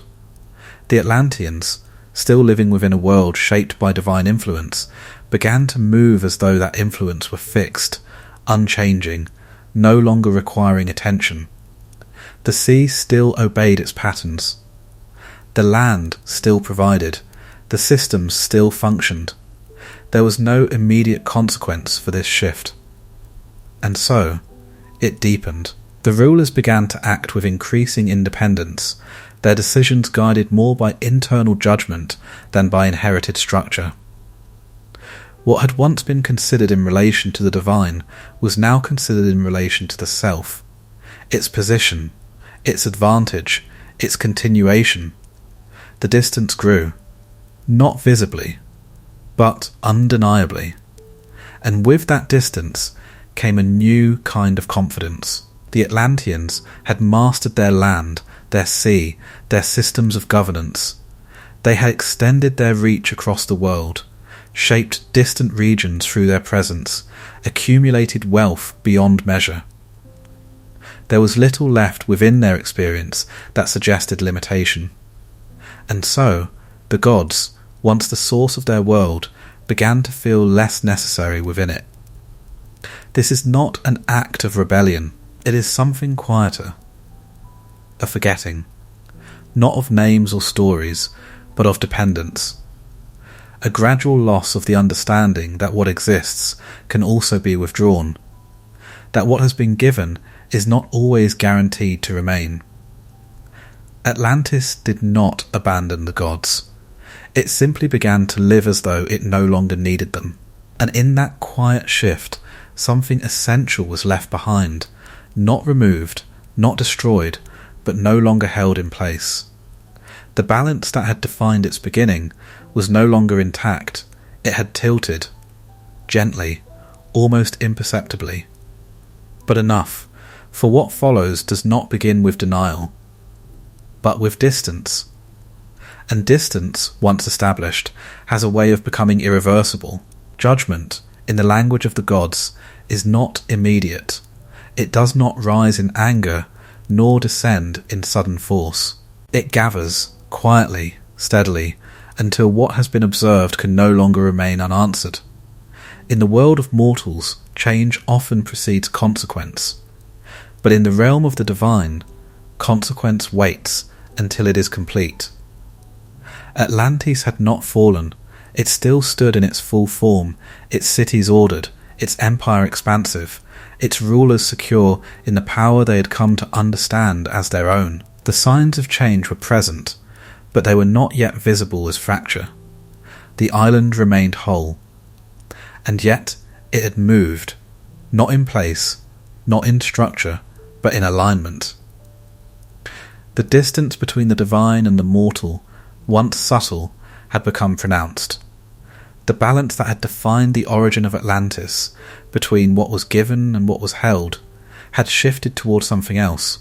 The rulers no longer saw themselves within a system shaped by the gods. They saw themselves as its continuation. And in that perception, something had been crossed. It is here that the attention of Zeus turns toward Atlantis, not suddenly, not as a reaction, but as recognition. Zeus does not appear in the story as a figure of impulse. He is not drawn into conflict by emotion or provocation. His role is different, measured, observant, aligned with a sense of order that extends beyond individual will. Where others might act, Zeus considers, and what he sees is not destruction, it is imbalance. Atlantis, once shaped by divine intention, had begun to reshape itself. The mortal element, strengthened through generations of power and independence, had risen beyond its original place. The rulers, still descendants of a god, no longer acted in relation to that origin. They acted from within themselves. This is not in itself a crime. But in the structure of the world the ancients understood, it is a deviation, a movement away from alignment. An alignment, once lost, does not restore itself. Zeus observes this not as a single act, but as a pattern. The expansion of Atlantis, its accumulation of wealth, its growing assertion of influence, these are not isolated events. They form a continuity, one that leads in a direction that cannot remain unchecked without consequence. The world, as it had been arranged, depended on balance, not equality, but proportion. Gods and mortals existed within a structure that defined their roles, their limits, their interactions. Atlantis, in its beginning, had embodied this structure, its rulers, part divine, part human, existing between two states without fully abandoning either. But now, that balance had shifted. The divine had receded into symbol, the mortal had moved into dominance. And in that shift, Atlantis had become something it was not meant to be. Self-contained. Self-defining, self-sufficient in a way that no mortal civilization could remain without consequence. This is what draws judgment, not power alone, but power that no longer recognizes its place. Zeus does not descend immediately. He does not strike the island, nor send signs that would make his presence known. Instead, he gathers the gods. A council is formed, not in haste, not in anger, but in deliberation. The matter of Atlantis is not treated as a moment of crisis, but as something that must be understood before it is addressed. there is a quiet weight in this. The fate of an entire civilization does not rest on impulse, it rests on consideration. What is to be done with a world that has moved beyond its intended balance? The story, as it has come down through time, does not preserve the full answer. The dialogue in which this moment is described, unfinished, interrupted, leaves the decision suspended, as though the conclusion itself has been withheld. But the direction is clear. Judgment has begun, not in action, but in awareness. Atlantis, still unaware of what is forming beyond its sight, continues as it always has, its rulers governing, its empire extending, its systems holding the shape of perfection it believes it still possesses. Nothing within its borders has changed, but beyond them something has. The gaze of the divine has settled upon it, and once seen in this way, it cannot remain as it was. For judgment, once formed, does not disappear. It waits, until the moment when balance is no longer something that can be restored, but something that must be answered. War does not always begin with a declaration. Sometimes it begins with a presence that no longer knows how to remain still. Atlantis had extended itself across the world, not in sudden conquest, but in gradual influence. Its ships had traced the sea into familiarity. Its goods had entered distant lands. Its systems had quietly reshaped the balance of regions that once stood apart. For a time, this expansion carried the appearance of order. But order, when pressed too far, begins to resemble force. The shift was not immediate. There was no single moment when Atlantis chose war. Instead, there were small assertions, decisions that leaned slightly further than before, expectations that no longer allowed for quiet refusal. What had once been exchange began to carry obligation. What had once been influence began to imply control. And where control is felt, resistance begins. The lands beyond Atlantis did not move as one. They were varied, distant from one another, shaped by their own histories and limitations. Some had already grown accustomed to the presence of Atlantean power, adjusting their systems to align with it. Others remained less influenced, less willing to yield to a force that, though distant, had begun to feel increasingly close.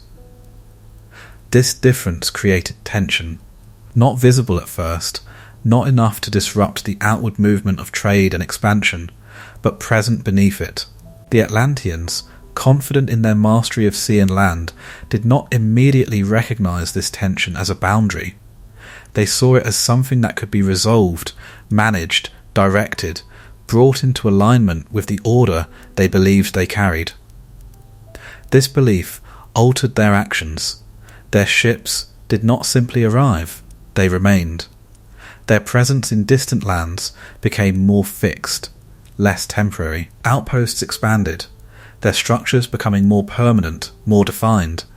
What had once been points of contact began to resemble centres of authority. Still, there was no formal declaration. But the balance had shifted. The world beyond Atlantis began to feel its weight not as influence, but as pressure. The distinction between cooperation and compliance grew less clear. Regions that had once traded freely now found themselves adjusting not by choice, but by necessity. The presence of Atlantis, once welcomed, began to feel imposed, and with that feeling came response. Not unified, not organised at first, but present. Local resistances emerged, small, contained, often unsuccessful. They did not challenge Atlantis directly. They could not. The scale of Atlantean power, its reach, its mastery of movement, placed it beyond the ability of any single region to oppose.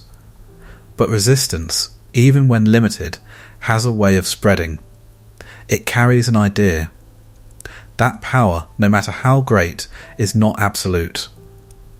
Atlantis, encountering this resistance, did not retreat. It adjusted. Where compliance was not given, It began to be ensured, not always through open violence, but through actions that left little room for refusal. The presence of Atlantean authority became more defined, more visible, less reliant on the quiet assumption of acceptance. This is where war begins, not in a single clash, but in a series of moments where one side no longer yields and the other no longer allows it. The Atlanteans did not see themselves as aggressors. They saw themselves as maintainers of order, extending a structure that had proven itself within their own world. To them, resistance was not a rightful stance, but a disruption, something to be corrected. And so, correction followed. For the first time, Atlantis began to use its strength not only to extend, but to enforce. Its mastery of the sea allowed it to move quickly, to appear where needed, to respond with a precision that others could not match. Its resources supported this movement, its organisation sustained it.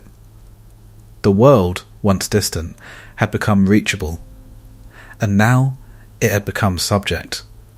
But even as Atlantis moved with this increasing force, something within its own structure continued to shift. The unity of the 10 kings, still outwardly intact, carried within it the same subtle tensions that had been forming for generations.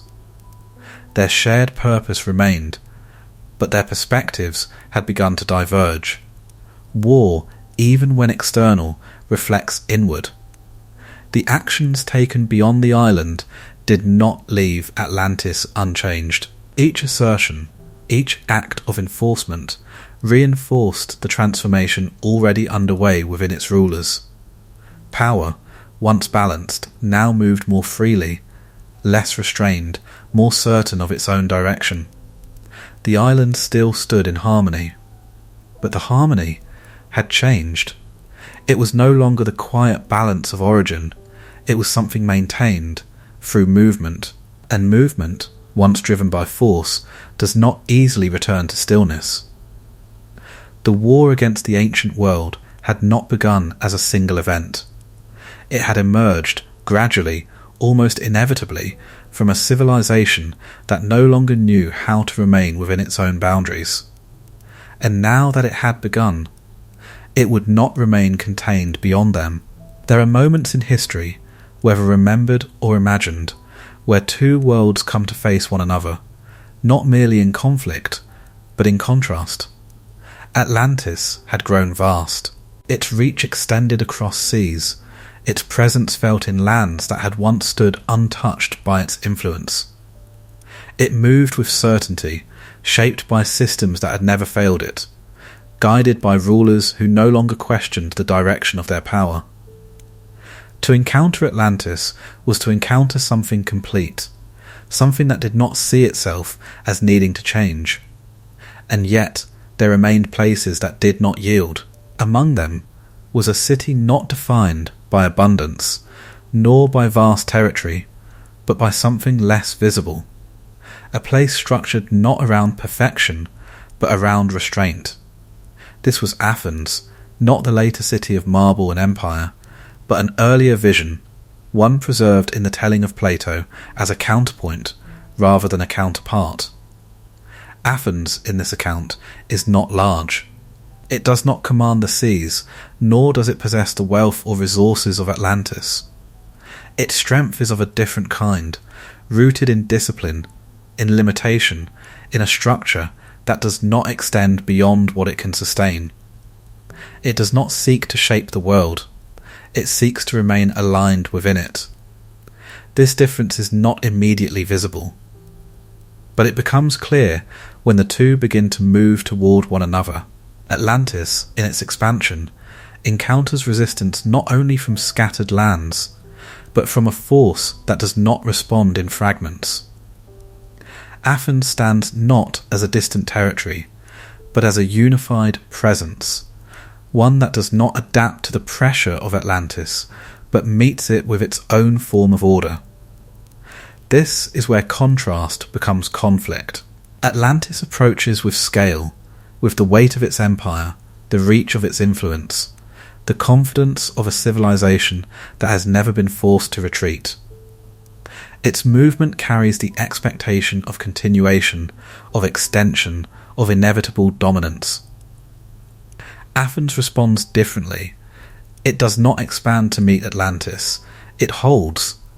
There is a quiet strength in this, a refusal not rooted in opposition alone, but in alignment with something that does not require expansion to prove itself.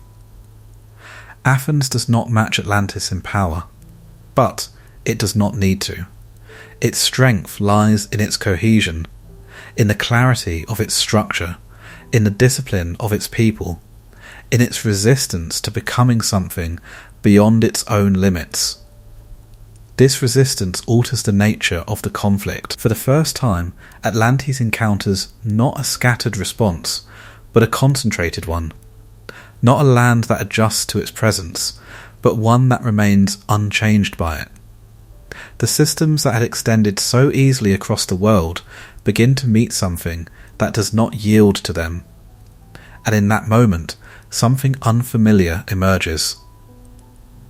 Limitation. Atlantis, accustomed to movement without obstruction, begins to experience resistance that cannot be absorbed or redirected. Its power, still immense, is no longer sufficient on its own to ensure continuation. It must now engage with something equal in resolve, if not in scale. This is where the conflict deepens.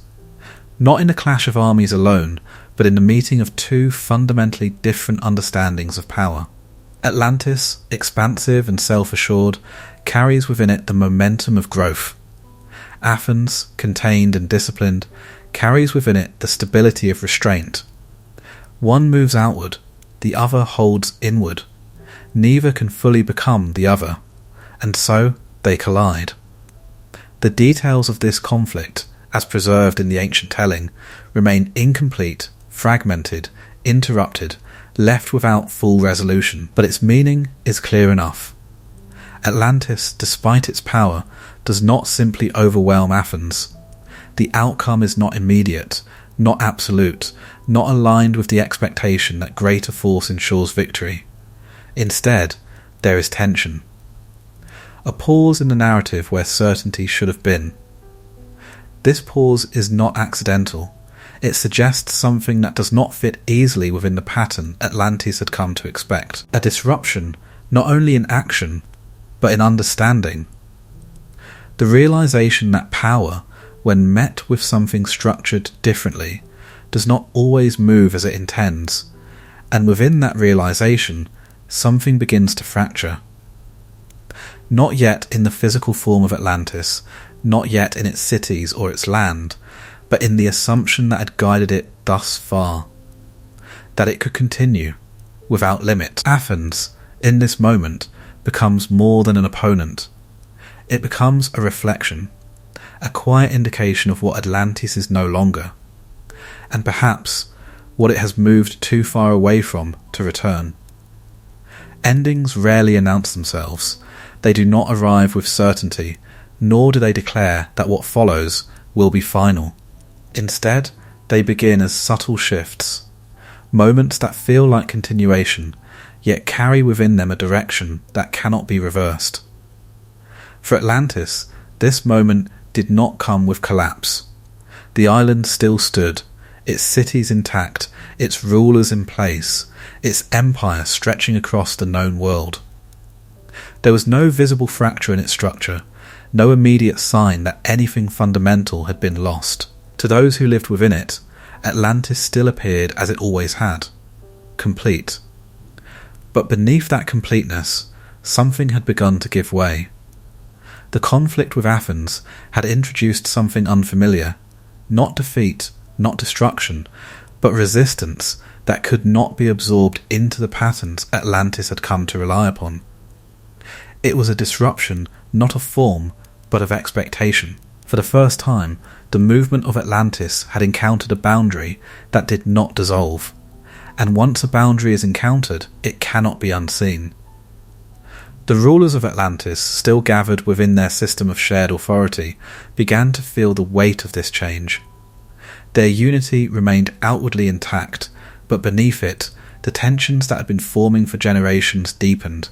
The subtle divergences between them, once contained, once unspoken, began to carry more significance.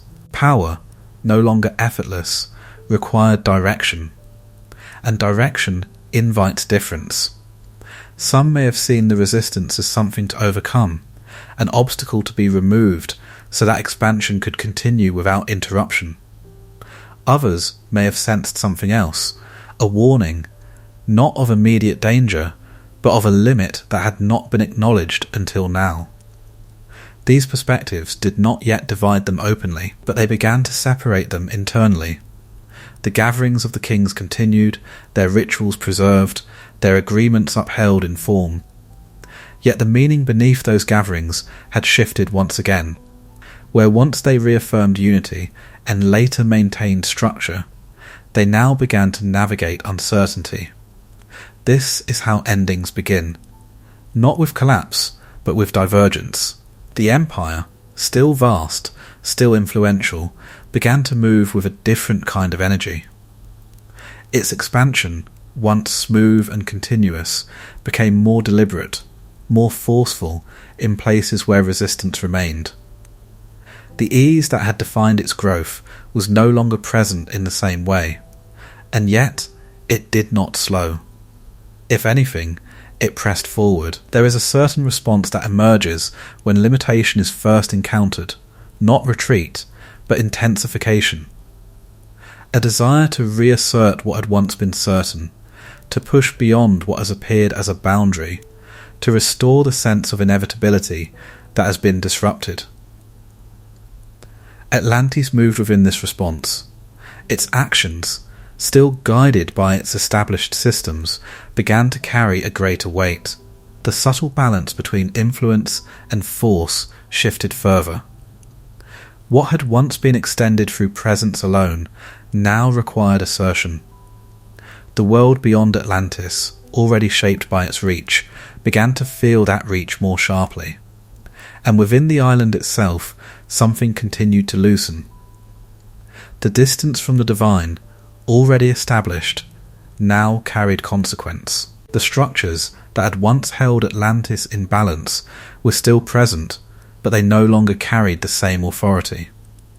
The rulers, increasingly guided by their own perspectives, moved within a system that was beginning to rely more on itself than on the principles that had formed it. This reliance is not stable. It appears strong, but it lacks the depth of what it replaces. Atlantis, still magnificent, still ordered, had begun to move beyond the conditions that had allowed it to exist as it once had. Its perfection, once grounded in balance, now leaned toward continuation at any cost. And continuation is not the same as endurance. There is a quiet difference between something that grows because it is aligned and something that grows because it cannot stop. The island had not yet fallen. Its cities still stood. Its people still lived within a world that appeared unchanged. But the direction of that world had shifted in a way that could no longer be corrected through small adjustments or quiet reconsideration. The balance was no longer something that could be restored. It had moved too far. And once movement reaches that point, it does not return, it continues, towards something that cannot be avoided. This is the beginning of the end, not a moment, but a direction. And Atlantis had already begun to follow it. Wrath in its deepest form is not anger, it is correction, not born from impulse, nor driven by emotion, but shaped by a need to restore what has moved too far from its place. The gods do not react as mortals do. They do not rise in sudden fury, nor do they act without measure. Their response is slower, quieter, yet far more absolute. Atlantis had already begun its descent, not visibly, not in the collapse of its structures or the failure of its systems, but in its direction. The balance that once defined it had shifted beyond recovery. Its rulers no longer stood within the order that had given them form. They moved beyond it. guided by a certainty that no longer aligned with the world as it had been shaped. And this had been seen. Zeus had gathered the gods, not to act in haste, but to consider.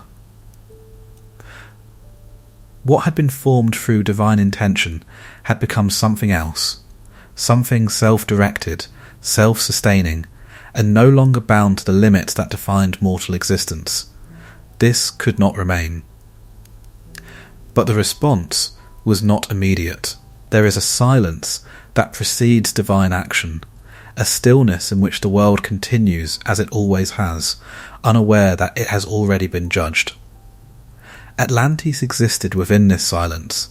Its cities still gleamed, its empire still extended, its rulers still governed with the same outward confidence.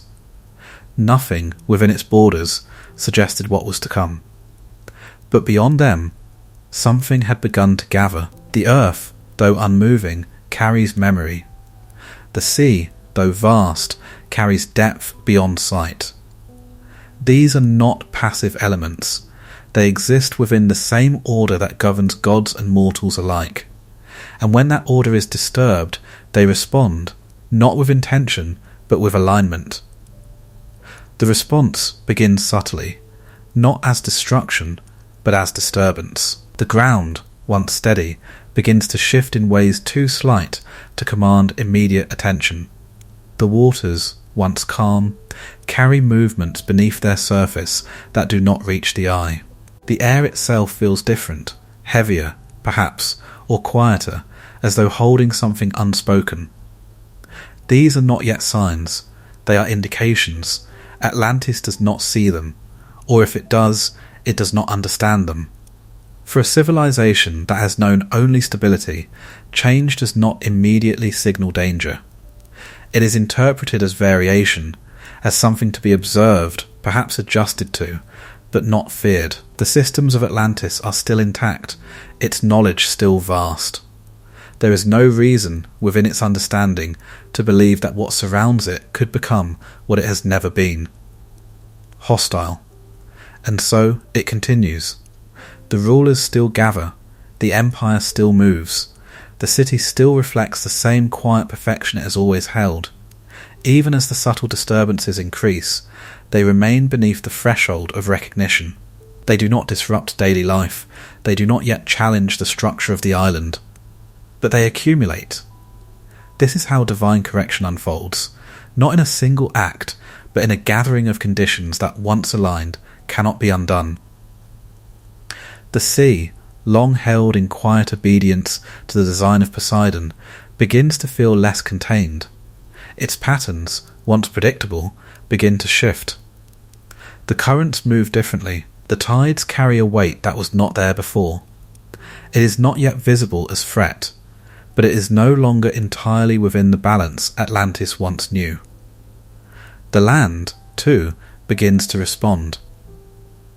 Beneath the surface, forces long held in stillness begin to move. The ground, which had supported the island without question, begins to carry tension. Not enough to fracture, not enough to break, but enough to suggest that its stability is no longer absolute. These changes are not separate. They are connected. The world in its entirety begins to realign, and Atlantis remains within it.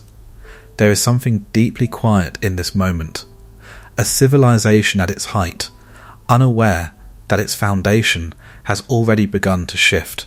Its people still living within a world that appears unchanged, its rulers still acting within systems that no longer hold the same meaning.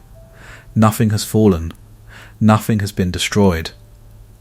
And yet the process has begun. The wrath of the gods is not a single event, it is a convergence, a movement of elements, of forces, of conditions that once brought together will not pause or reconsider. It does not need to announce itself, it does not require recognition to take effect, it simply continues. And Atlantis, still standing, still magnificent, still unaware, moves quietly toward the moment when that convergence will no longer remain beneath the surface. when what has gathered will be felt. It begins without warning, not because there were no signs, but because the signs were never understood for what they were. The ground had shifted before, subtly, almost imperceptibly. The waters had carried a different rhythm. The air had felt heavier, as though holding something just beyond recognition. But nothing had prepared Atlantis for this. The moment does not arrive gradually. It breaks. A tremor moves through the island, not violent at first, but unmistakable. A deep internal motion, as though something beneath the surface has awakened. The ground, once steady and unyielding, begins to shift in a way that cannot be dismissed as variation. It is no longer subtle. It is felt. The city, built with precision, responds as all structures do when their foundation moves. Stone trembles. Water stirs within its carved channels. The perfect symmetry of the capital, so long untouched by disruption, begins to carry a faint distortion, not in its form, but in its stability. People pause, not yet in fear, but in recognition that something has changed. Then it deepens. The tremor returns, stronger now, no longer a passing movement, but a sustained force. The ground does not simply shift, it rolls, as though the island itself has been set adrift upon something unstable. Buildings strain against their foundations. Bridges that once spanned the calm waters begin to sway, their precision unable to prevent motion. The rings of water respond. Their surfaces, once still and reflective, begin to break. Waves form within the canals, striking against the edges that had contained them for generations. The order of the city, so carefully maintained, begins to move in ways it was never designed to accommodate. This is not destruction. Not yet. It is disruption.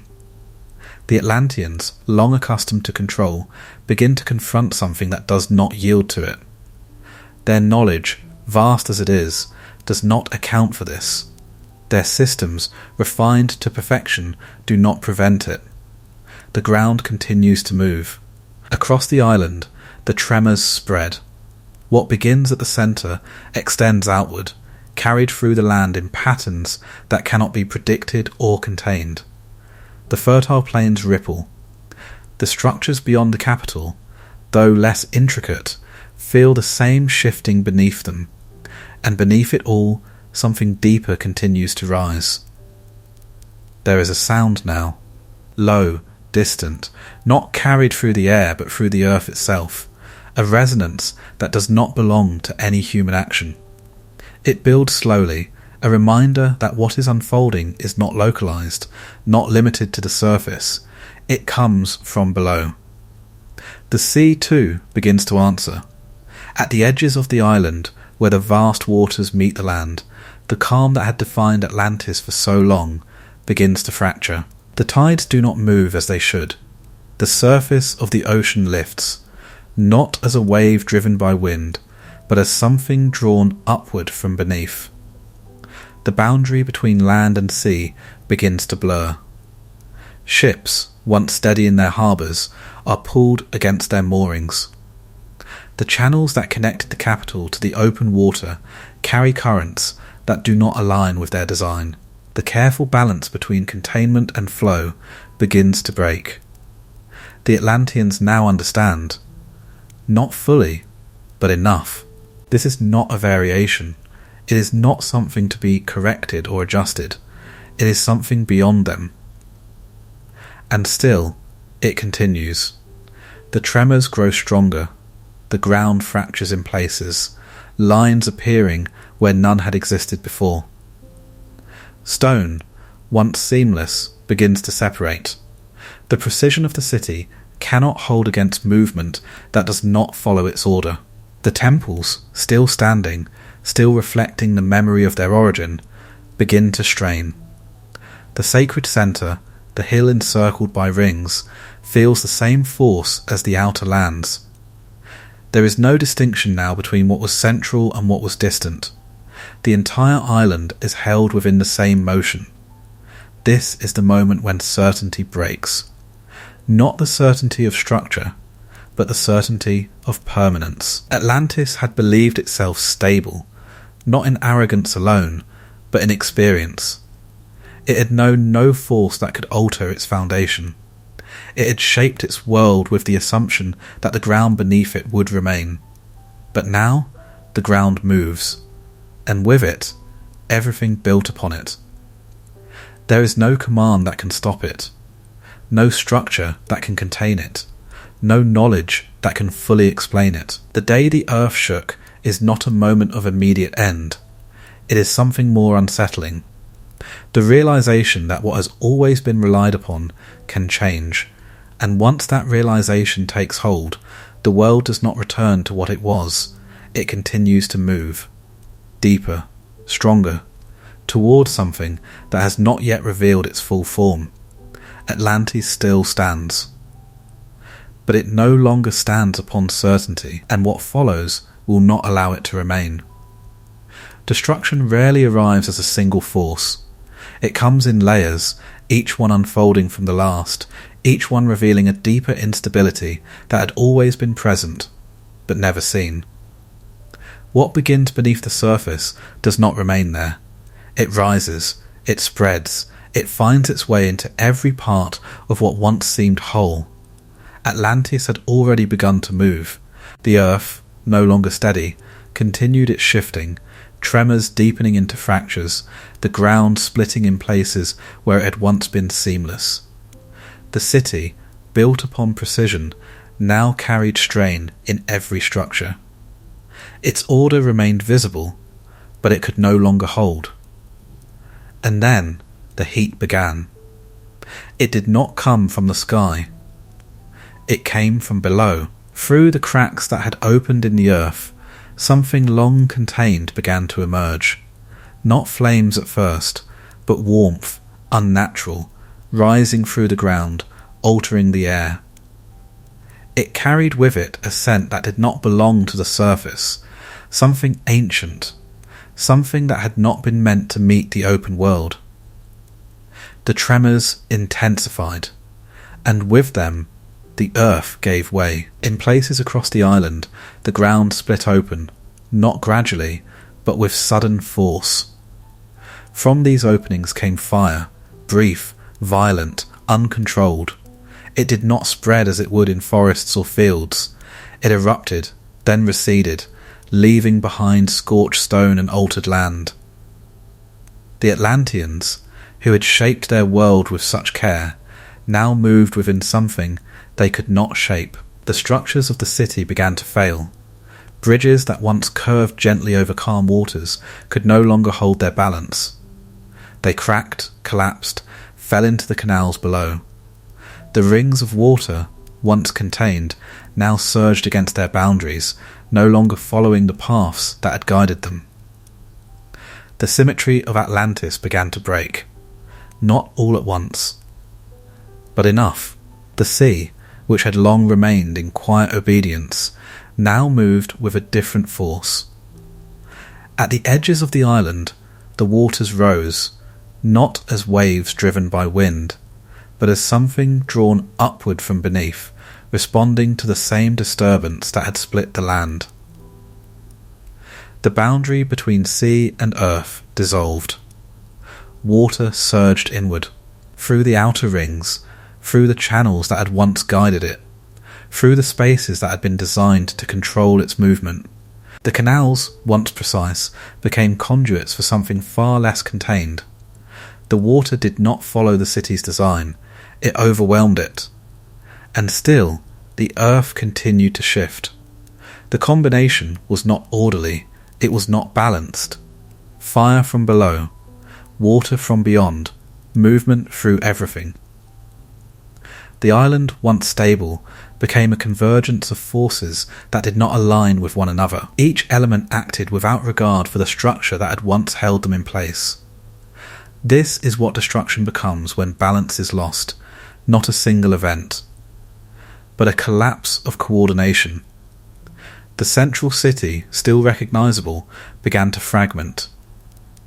The rings that had defined its identity were no longer complete. Sections of land sank unevenly, their edges breaking into the waters that rose between them. Buildings tilted, their foundations no longer aligned with the ground beneath. The temple at the centre, once the most stable point of all, now stood within a world that no longer recognised stability. Its walls, though strong, could not resist what moved beneath them. The sacred ground itself had become uncertain. There was no place untouched. Across the island, the same pattern unfolded: fracture, eruption, flood. The fertile plains, once the source of abundance, were broken, their surfaces split and reshaped. The systems that had guided water and land into harmony were gone, replaced by motion. Relentless, uncontained motion. The Atlanteans, within this unfolding, could no longer rely on what had always held them. Their knowledge, their structures, their mastery, all of it had been built upon a world that no longer existed in the same form. This is the moment when understanding fails. Not because there is nothing to understand, but because what is happening no longer fits within the patterns that once explained everything. The island had not yet disappeared, but it was no longer whole. Fire, once hidden, had emerged. Water, once contained, had risen. The earth itself, once stable, had begun to give way. Each element, once part of a balanced system, now moved without coordination, and Atlantis stood within the convergence of all of them. What had been shaped with such precision was now being undone, not by a single force, but by many, each one revealing a different fracture in the foundation that had once seemed unbreakable. The destruction was not complete, but it had begun in full, and nothing within Atlantis remained untouched by it. There is a moment in every great collapse when resistance ends, not because there is nothing left to hold, but because what remains can no longer oppose what surrounds it. The structures may still stand, the land may still exist beneath one's feet, but the direction has already been decided. Atlantis had reached that moment. The forces that had begun to tear at its foundation, earth shifting, fire rising, water advancing, no longer moved in separate expressions. They had converged. What had once been disturbance had become inevitability. The island was no longer breaking. It was descending. At first, the movement was subtle. The ground, already fractured, began to lower in places so gradually that it could almost be mistaken for the continuation of the tremors. The outer regions felt it first, sections of land sinking unevenly, their edges slipping into the encroaching sea. The water, already within the rings of the capital, rose further, no longer contained by the channels that had once defined its path. The boundaries of Atlantis dissolved. Land became unstable beneath every step. The distinction between solid ground and open water blurred, not through sudden collapse, but through continuous change. What had been fixed began to move downward, drawn into something that did not resist. The sea did not rush in.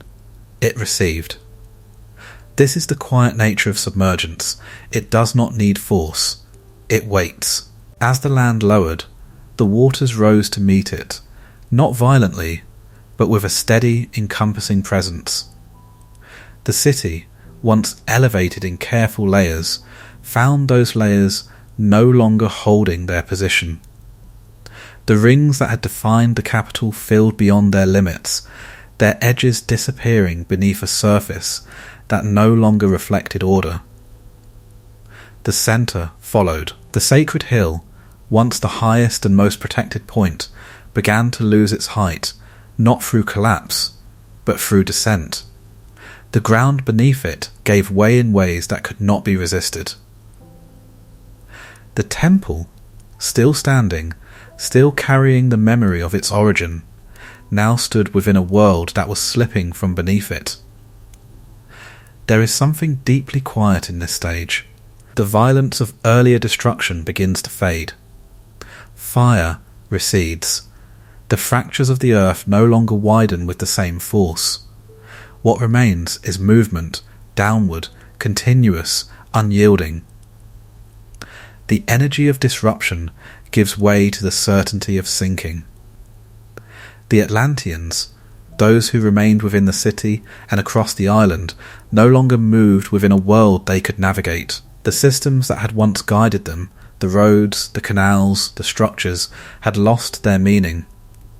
Direction itself had become uncertain. Where does one go when the ground itself is no longer stable? There is no clear answer. The descent does not offer escape. The outer lands, already lower, disappear first, drawn beneath the surface in segments, their shapes dissolving as they sink. The plains, once fertile, are covered, not in sudden waves, but in rising water that does not retreat. The capital, though more elevated, cannot remain untouched. The rings that once defined its perfection now become markers of its disappearance. Each layer, once distinct, submerges in turn. The outermost rings vanish beneath the surface. The inner ones follow, their boundaries fading until the pattern that once defined the city exists only as distortion beneath the water. The centre remains last. It does not collapse. It descends. There is no final fracture, no single moment where it breaks apart.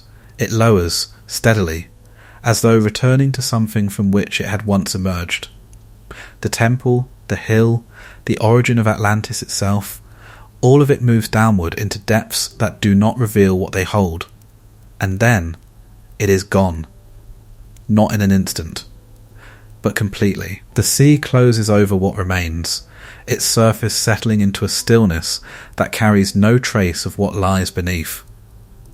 The waters that had risen now become calm again, their motion returning to patterns that no longer reflect the presence of the island. Atlantis does not leave ruins visible to the world, it leaves absence. The space where it stood becomes indistinguishable from the sea around it. There are no markers, no fragments rising above the surface to suggest what has been lost, only depth, vast, quiet and unrevealing. The island, once vast, once ordered, once complete, has been taken into something that does not return what it holds, and with it, everything that defined it, its cities, its rulers, its memory as it existed in form, all of it drawn beneath. The sinking of Atlantis is not an explosion, it is a disappearance. A movement from presence into absence so complete that it leaves behind not destruction, but silence.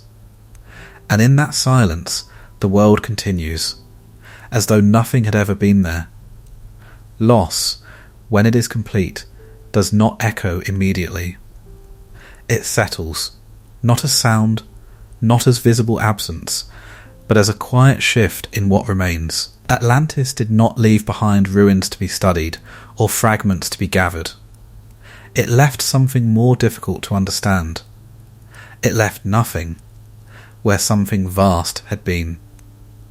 To those beyond the island, those who had felt its influence, who had known its presence through trade, through pressure, through the quiet extension of its power, the change would not have been understood at first. The sea, once crossed by Atlantean ships, would have seemed unchanged. The route still existed, the distances remained the same, but the ships did not come. At first, this absence might have been unnoticed. A delay, perhaps. A disruption in patterns that had once been steady. The world, accustomed to cycles of movement, would not immediately interpret silence as loss. It would wait, expecting the familiar rhythm to return. But it did not. Days passed. Then, more. The absence deepened. The waters that had once carried vessels from Atlantis remained empty, their surface unbroken by the shapes that had once defined them. The goods that had moved across regions ceased to arrive. The presence that had once shaped distant lands quietly withdrew, not through intention, but through disappearance. This is how the loss began to be felt. Not as knowledge, but as absence. The outposts, those distant extensions of Atlantean influence, were left without connection. Some may have endured for a time, sustained by what they had already established, but without the centre, without the island that had anchored their purpose, they could not remain as they were. They began to change. Some would have faded, their structures abandoned, their alignment with Atlantis dissolving into the cultures that surrounded them. Others may have tried to preserve what they remembered, holding on to fragments of a system that no longer had a source. But without origin, preservation becomes interpretation. And interpretation becomes variation. The world adjusted. Not immediately, not without uncertainty, but inevitably. The absence of Atlantis created a space, a void where its influence had once been. Trade routes shifted, new patterns formed, other centres of power began to emerge, filling the gaps left behind. But none replaced what had been, because Atlantis had not been one power among many. It had been something central. And central things, when lost, do not leave behind equals. They leave in balance. There would have been stories.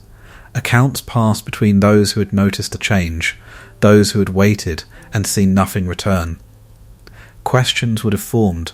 Where had Atlantis gone? What had caused its silence? Had it withdrawn, or had something happened beyond understanding? The answers would not have come, for there were none to give them. Atlantis had not left survivors to explain its fall. It had not left visible signs that could be traced or interpreted with certainty. Its disappearance was not partial. It was complete. And so, what remained was uncertainty. Some may have imagined disaster, a storm, a conflict, something that had overtaken the island in a way that could be understood within the limits of known experience. Others may have sensed something else, something larger, something that did not fit within the patterns of ordinary events. But without evidence, these thoughts remained unformed. They did not settle into history, they drifted into story. This is how Atlantis moved from presence into memory. Not through documentation, not through preserved record, but through the quiet persistence of a question that could not be answered. A civilization vast enough to shape the world, gone without trace. It does not fit easily into understanding, and so it does not remain as fact. It becomes something else. A fragment. A possibility. A story told in uncertain tones, carried forward not because it is confirmed, but because it is not. The idea of Atlantis does not end with its disappearance. It begins again, in the minds of those who come after, who hear of something that once existed beyond the edges of what they know, a place too complete to imagine and too absent to verify. A civilization lost, not gradually, not over time, but in a way that feels sudden, even if its causes were long in forming. Overnight. This is how it is remembered, not because it vanished in a single instant, but because its absence was discovered all at once. One moment, it was part of the world. The next, it was not. And in that sudden realization, its scale becomes even more difficult to grasp. For what does it mean for something so vast to leave nothing behind? Atlantis offers no answer, only silence, and a space in memory where something once was and is no longer. After something immense disappears, the world does not speak of it immediately. It pauses, not in shock, but in a quiet recalibration, as though reality itself is adjusting to the absence of what once occupied it. Atlantis did not leave behind ruins to contemplate, nor broken remnants scattered across the surface of the earth.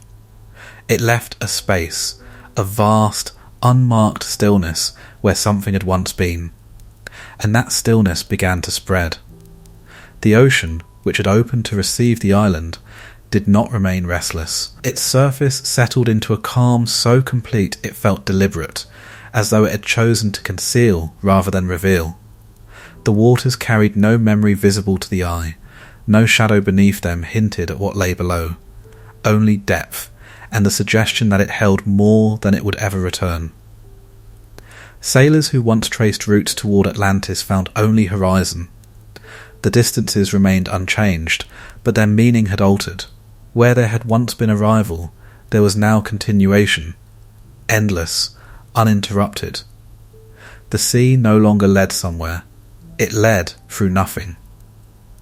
At first, this absence did not declare itself as loss, it appeared as delay, a missed return, a silence in expected patterns, ships that did not arrive when they should have, messages that never reached their destination. These are the kinds of absences the world is accustomed to, temporary, explainable, part of the natural uncertainty of distance. But time, when extended, begins to clarify. The delay did not resolve. It deepened, and gradually the realization formed, not as a single understanding, but as a quiet convergence of observations. The routes once travelled were now empty. The presence once felt was now gone, not withdrawn, not hidden, but absent in a way that resisted explanation. This is when silence becomes something more, not the absence of sound, but the absence of expectation. The outposts that had once extended from Atlantis, those distant edges of its influence, remained for a time, suspended between memory and reality. Without the island to anchor them, they began to lose their clarity of purpose. Their structures remained, but their direction faded. What had once been part of a larger system now existed in fragments. And fragments do not hold together for long. Some dissolved into the lands around them, their origins becoming indistinct. Their alignment with Atlantis reduced to traces that could not be fully understood. Others may have tried to preserve what they remembered, holding on to forms that no longer had meaning beyond recollection. But preservation without source becomes transformation. And transformation becomes distance. The world, as it always does, continued. New patterns formed across the sea. Routes shifted, guided not by what had been, but by what remained. Other centres of influence emerged, filling the spaces left open, though none carried the same quiet gravity that Atlantis had once held. There was no replacement, only redistribution. And beneath it all, a question lingered. Not spoken directly, not formed into certainty, but present in the subtle awareness that something had been lost in a way that did not align with the ordinary passage of time. Civilizations rise, and they fall, but they leave behind echoes. They fracture, they scatter, they persist in pieces. Atlantis had done none of these. It had vanished. This difference mattered, though it was not easily defined. Those who spoke of Atlantis did so carefully, as if aware that they were describing something that no longer belonged entirely to the world of the known. The story did not settle into history, where events are anchored by evidence, nor did it fully dissolve into myth, where imagination reshapes what cannot be verified. It remained, suspended, a memory without confirmation, a presence without form. And so the silence took on a different quality. It was no longer simply the absence of Atlantis, it became the condition in which Atlantis existed, a space held open, not by proof, but by the persistence of uncertainty. The sea, calm and unbroken, became part of this silence. Its vastness did not reveal, but it did not deny.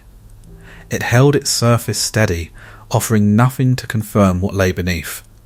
And yet, it did not erase the question. If anything, it preserved it. Time passed, as it always does, carrying the world forward. Generations followed, each one further removed from the moment of disappearance. The memory of Atlantis, passed quietly between them began to soften, not in importance but in clarity. Details faded, certainty thinned, but the sense of something once existing remained. This is how silence endures, not as emptiness but as a presence that does not speak. It does not insist, does not reveal, does not resolve. It simply exists, shaping the way the past is remembered without ever fully defining it. Atlantis, now beneath the surface, became part of this silence, not gone, but unreachable. And in that unreachable depth, it continued to exist, not as land or empire, but as something far quieter. A space in memory, a stillness in the world, a question that the ocean keeps without answer. Time does not preserve things as they are. It softens them, edges blur, details loosen, and what was once fixed begins to shift, not into falsehood, but into something more fluid. Atlantis, having left no trace upon the earth, entered this movement of time without resistance. It could not be anchored, it could not be verified, and so it began to change, not in what it was, but in how it was held. The earliest recollections of Atlantis carried a certain weight, a quiet seriousness that suggested the story was not meant to be dismissed. It was spoken carefully, often through layers of retelling, as though its distance required protection. Those who preserved it did not claim certainty, but neither did they abandon it. They carried it, and in carrying it, they shaped it. What had once been described as a place, a vast island, a civilization of order and power, began to take on a different presence. It moved away from geography and toward meaning. The details of its structure, its rulers, its fall remained, but they no longer stood alone. They began to suggest something beyond themselves. A pattern, a reflection, a warning, perhaps. This transformation did not happen all at once. It unfolded gradually as generations passed and the world changed around the story. New civilizations rose, each with their own sense of permanence, their own belief in the stability of what they had built. And within that belief, the story of Atlantis began to feel less like a distant account and more like a quiet echo, something that had already happened and could happen again. This is where memory becomes myth, not because it is untrue, but because it can no longer be confirmed. It exists in a space where its details are no longer bound to evidence, but its presence remains too persistent to ignore. It is retold not to preserve fact, but to preserve meaning. Atlantis entered this space. It became a story that did not need to be proven to be felt. The image of it began to shift, its city more radiant, its wealth more vast, its fall more sudden. These changes were not distortions in the usual sense. They were amplifications, shaped by the needs of those who told the story. Each generation, encountering Atlantis through distance, saw in it what their own time required. For some, it became a symbol of lost perfection, a world that had once achieved something beyond what could now be reached. For others, it became something darker, a reminder that even the most complete civilizations are not immune to collapse. Both views held truth, and yet neither fully contained it. Because Atlantis was not only a memory, nor only a myth. It carried something else, a tension between what had been and what could be understood from it. This is where it begins to resemble a warning, not a direct one, not spoken with urgency or command, but something quieter. A suggestion, embedded within the story itself, that what had occurred was not random. That the rise and fall of Atlantis followed a pattern, one that could be recognized if one chose to look closely. A civilization begins in balance. It grows, it refines, it masters its world. And then, gradually, it shifts. Its understanding changes. Its relationship to power alters. And in that alteration, something is lost. Atlantis does not declare this pattern, it embodies it. Those who heard the story could feel this, even if they did not articulate it directly. The absence of Atlantis, the fact that it had vanished without trace, gave the story a certain weight. It was not simply about what had been achieved, but about what had been undone. And why? This why does not resolve. It remains open, allowing the story to be approached from different angles, to be interpreted in ways that reflect the concerns of each era. Some may see divine judgment, others may see natural disaster. Still, others may see something internal, a gradual shift that led to inevitable collapse. Atlantis does not choose one explanation, it holds all of them. This is what allows it to endure. A story that answers itself becomes fixed. A story that leaves space continues. And Atlantis continues, not in the world, but in the mind. It exists in the quiet space between certainty and imagination, where memory and myth overlap without fully merging.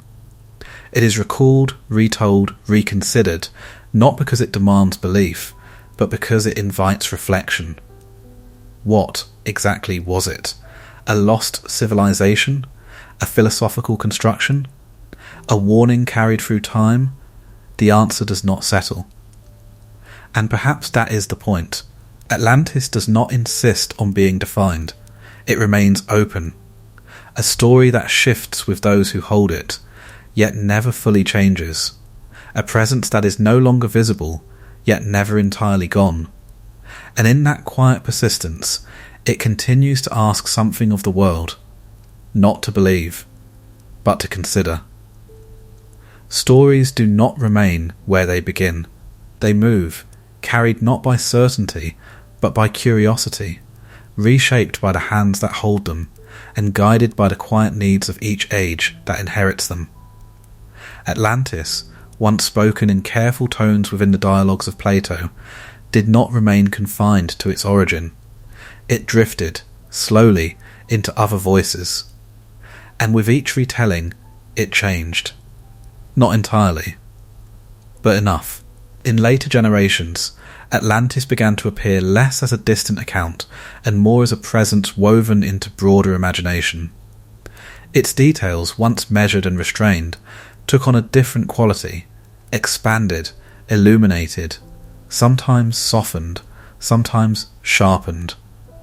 The island was no longer only vast, it became extraordinary. Its people, once described within the limits of human structure, began to feel closer to something elevated, almost beyond the ordinary. This is how legend forms, not by abandoning what was told, but by extending it beyond its original boundaries. Writers, thinkers, and storytellers encountered Atlantis not as a fixed narrative, but as an open space, something they could enter, interpret, and carry forward. Some preserved its philosophical tone, keeping close to the idea that it reflected the rise and fall of a civilization shaped by its own imbalance. Others moved differently, allowing the island to become a place of wonder, a lost world whose absence made it more vivid in imagination than it had ever been in form. The ocean, which had once concealed Atlantis, now gave it a different kind of life. Beneath its surface, the island was no longer only hidden, it was imagined. Some described it as still intact below, preserved in silence, its structures untouched by time, waiting beneath the depths. Others saw it as shattered, its remnants scattered across the ocean floor, fragments of a world that had once been whole. These images did not contradict one another. They coexisted. Because Atlantis, no longer anchored to evidence, could hold multiple forms at once, there is something revealing in this. A story that survives through absence does not need to choose a single shape. It becomes adaptable, capable of reflecting the concerns, hopes, and uncertainties of those who tell it. In times where knowledge expanded, Atlantis became a mystery to be solved. a place that might still be found if only one looked far enough, deep enough. In other moments, it became something else, a symbol of lost wisdom. A civilization that had known something the present had forgotten. Its fall, in these tellings, was not only a collapse, but a loss of knowledge, something that had slipped beneath the surface along with the land itself, leaving the world less complete than it had once been. This idea carried a different kind of weight. It suggested that Atlantis was not only a warning, but also a memory of something greater. That the past, in some distant form, had reached a level of understanding that the present could no longer fully access. And so, Atlantis became both. A rise, a fall, a loss, a possibility. Its presence expanded beyond the boundaries of its original telling, entering different traditions, different interpretations, each one adding something without fully replacing what came before. It appeared in fragments, sometimes central, sometimes peripheral, but always carrying the same quiet tension between what could be known and what could only be imagined. Even as the world changed, as knowledge grew and the unknown began to shrink, Atlantis remained. Not found, not confirmed, but not dismissed. Because there was something within it that resisted closure. Perhaps it was the way it disappeared, completely, without trace, leaving behind only the idea of what had been. Or perhaps it was the way it balanced between explanation and mystery, offering just enough detail to feel real, yet never enough to be fully grasped. Whatever the reason, Atlantis continued to move, through texts, through conversations, through the quiet persistence of curiosity. It became part of a larger pattern of stories that ask not only what existed, but what might still exist beyond what can be seen. And in that movement, something interesting occurs. The story begins to reflect the storyteller. Those who seek knowledge find in Atlantis a mystery. Those who seek meaning find in it a warning. Those who seek wonder find in it a lost world waiting beneath the surface. Atlantis does not choose between these. It holds them all. And in doing so, it remains alive, not as a place, but as a possibility that continues to shift, to expand, to invite interpretation without ever settling into a single form. The island, though gone, continues to travel, not across the sea, but through time. There is something within absence that invites pursuit, not urgently, not with the force of necessity, but with a quieter pull, the sense that what has been lost might still be found, if only one looks with enough patience, enough care, enough willingness to follow uncertainty into the unknown. Atlantis, having vanished without trace, did not end its story. It extended it. Across centuries, across shifting maps and changing understandings of the world, the search for Atlantis emerged not as a single effort, but as a pattern. Individuals, separated by time and place, found themselves drawn toward the same question, not because it demanded an answer, but because it resisted one. Where had it gone? The earliest searches were not expeditions in the modern sense. They were reflections. Readers of Plato returned to his words, examining them with careful attention, tracing the descriptions of distance, of direction, of the land beyond the known world. The story did not offer a map, but it suggested one. And within that suggestion, there was space for interpretation. Some followed it outward, beyond the familiar coasts, past the boundaries of the ancient Mediterranean, toward the vastness of the Atlantic Ocean itself. There, in the openness of the sea, the possibility of Atlantis seemed to align with the scale of its description, a place large enough to disappear, distant enough to remain hidden. Others looked differently, not outward, but inward, toward lands already known, re-examining them through the lens of the story. They searched for signs that might have been overlooked, for landscapes that could match the memory of rings and water, for remnants that might not yet have been recognised for what they were.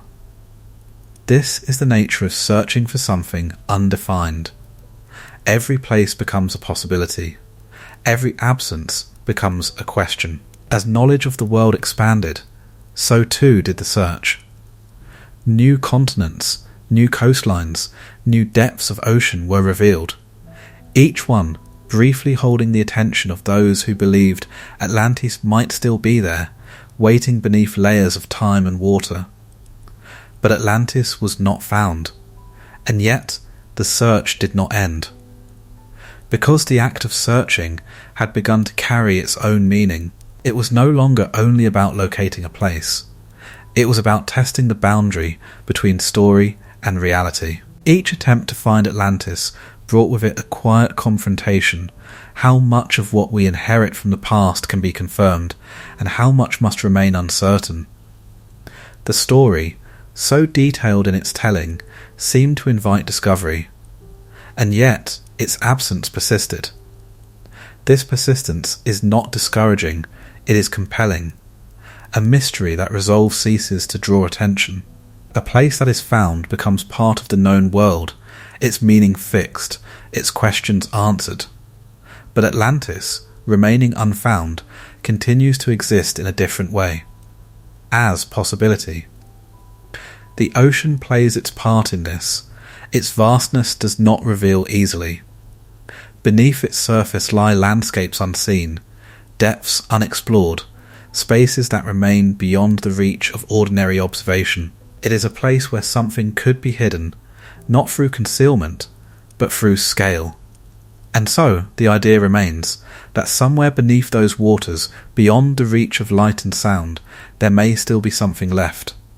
Not a city intact, not a civilization preserved as it once was, but fragments, shapes that echo what has been described, traces that align just enough to suggest that the story may not be entirely separate from the world. But even this possibility remains unconfirmed. The search then becomes something quieter, less about finding, more about approaching. Each generation returns to the story with new tools, new perspectives, new ways of seeing the world.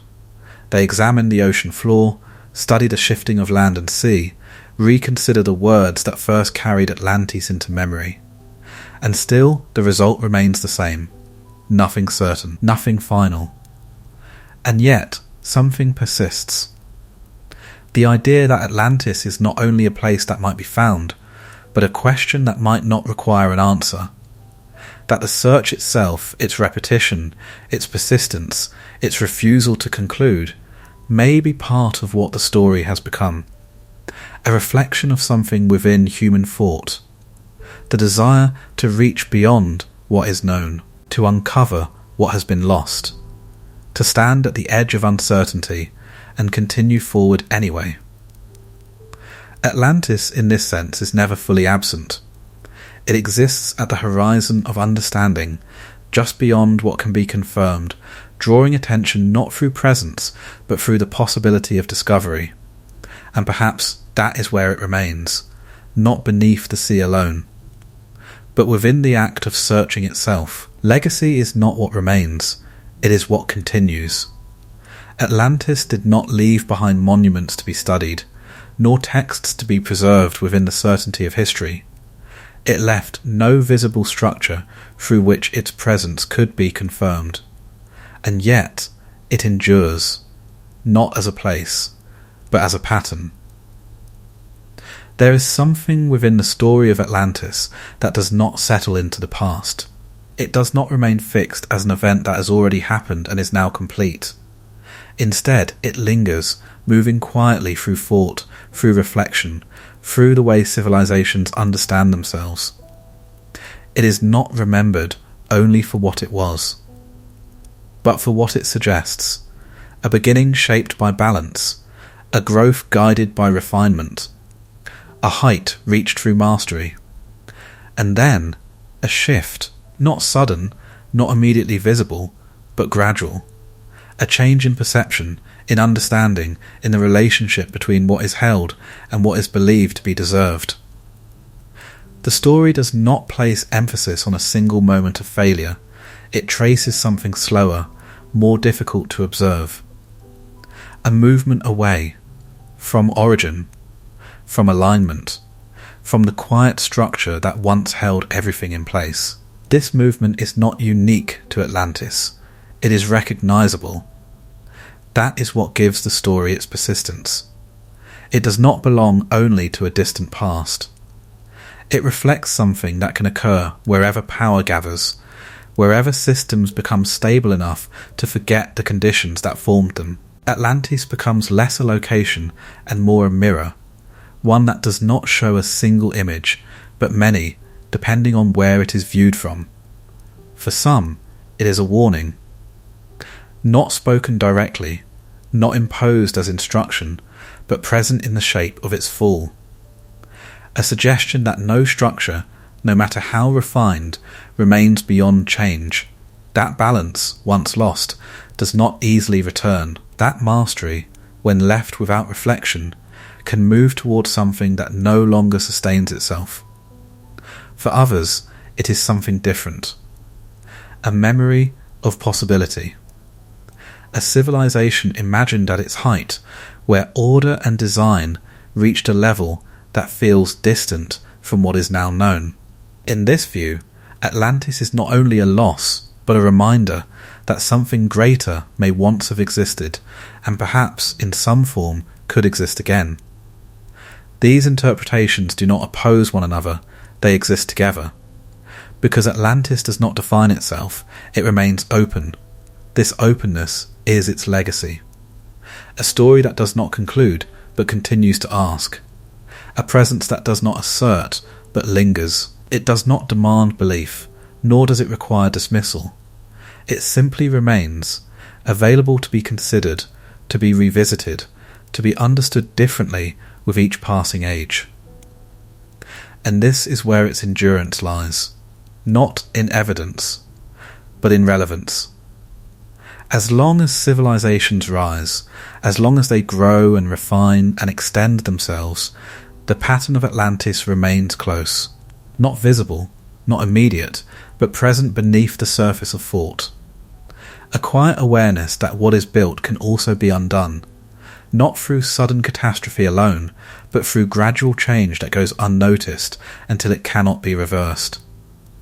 Atlantis does not need to be found to have meaning. It does not need to be proven to remain. Its absence is enough, perhaps more than enough, for what remains unseen is not limited by form. It can move, adapt, expand into whatever space it is given. Atlantis, having left the physical world, entered this space, where it is not bound by land or time, but by the continuity of human thought. And so it continues, not beneath the ocean alone, but within the way the world reflects on itself. A quiet presence, a distant echo, a pattern that does not disappear. Atlantis is gone. And yet it remains. In the end, Atlantis does not return. It does not rise from the sea, nor reveal itself in fragments waiting to be assembled into certainty. It remains where it has always been since its disappearance, beyond reach, beyond proof, beyond the quiet limits of what can be fully known. And yet, it does not feel distant. There are stories that fade as time moves forward, losing their shape until they dissolve into silence. Atlantis does not fade in this way. It lingers not as a fixed image, but as something more subtle, a presence that moves through thought rather than place. It is remembered not for what can be confirmed, but for what cannot be resolved. A civilization that rose without struggle, that perfected itself without interruption, that moved beyond its own balance and could not return. These are not details that remain confined to the past. They echo, quietly, in the way the world is observed, in the way power is understood, in the way permanence is imagined. Atlantis does not instruct. It does not declare meaning. It simply exists as a pattern, one that can be recognized, if one chooses to look. And perhaps that is why it endures, not because it was lost, but because it was complete, and still could not remain.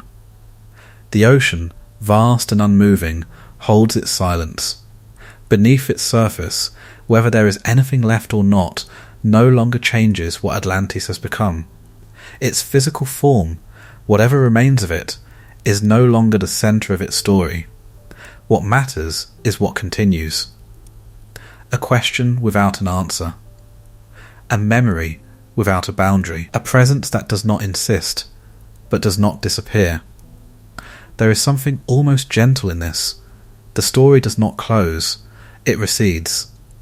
Like a shape beneath water, gradually becoming less defined, not because it is gone, but because distance changes how it is seen.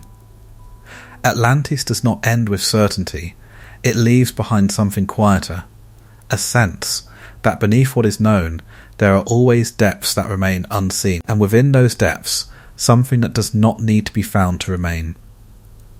The world continues, as it always does, but somewhere, just beyond the edges of what can be confirmed, Atlantis remains, not as a place waiting to be discovered, but as a reminder that even the most complete things are not immune to disappearance, and that what is lost does not always vanish. Sometimes it stays, in silence, in memory, in the quiet space between what is known and what is never fully understood.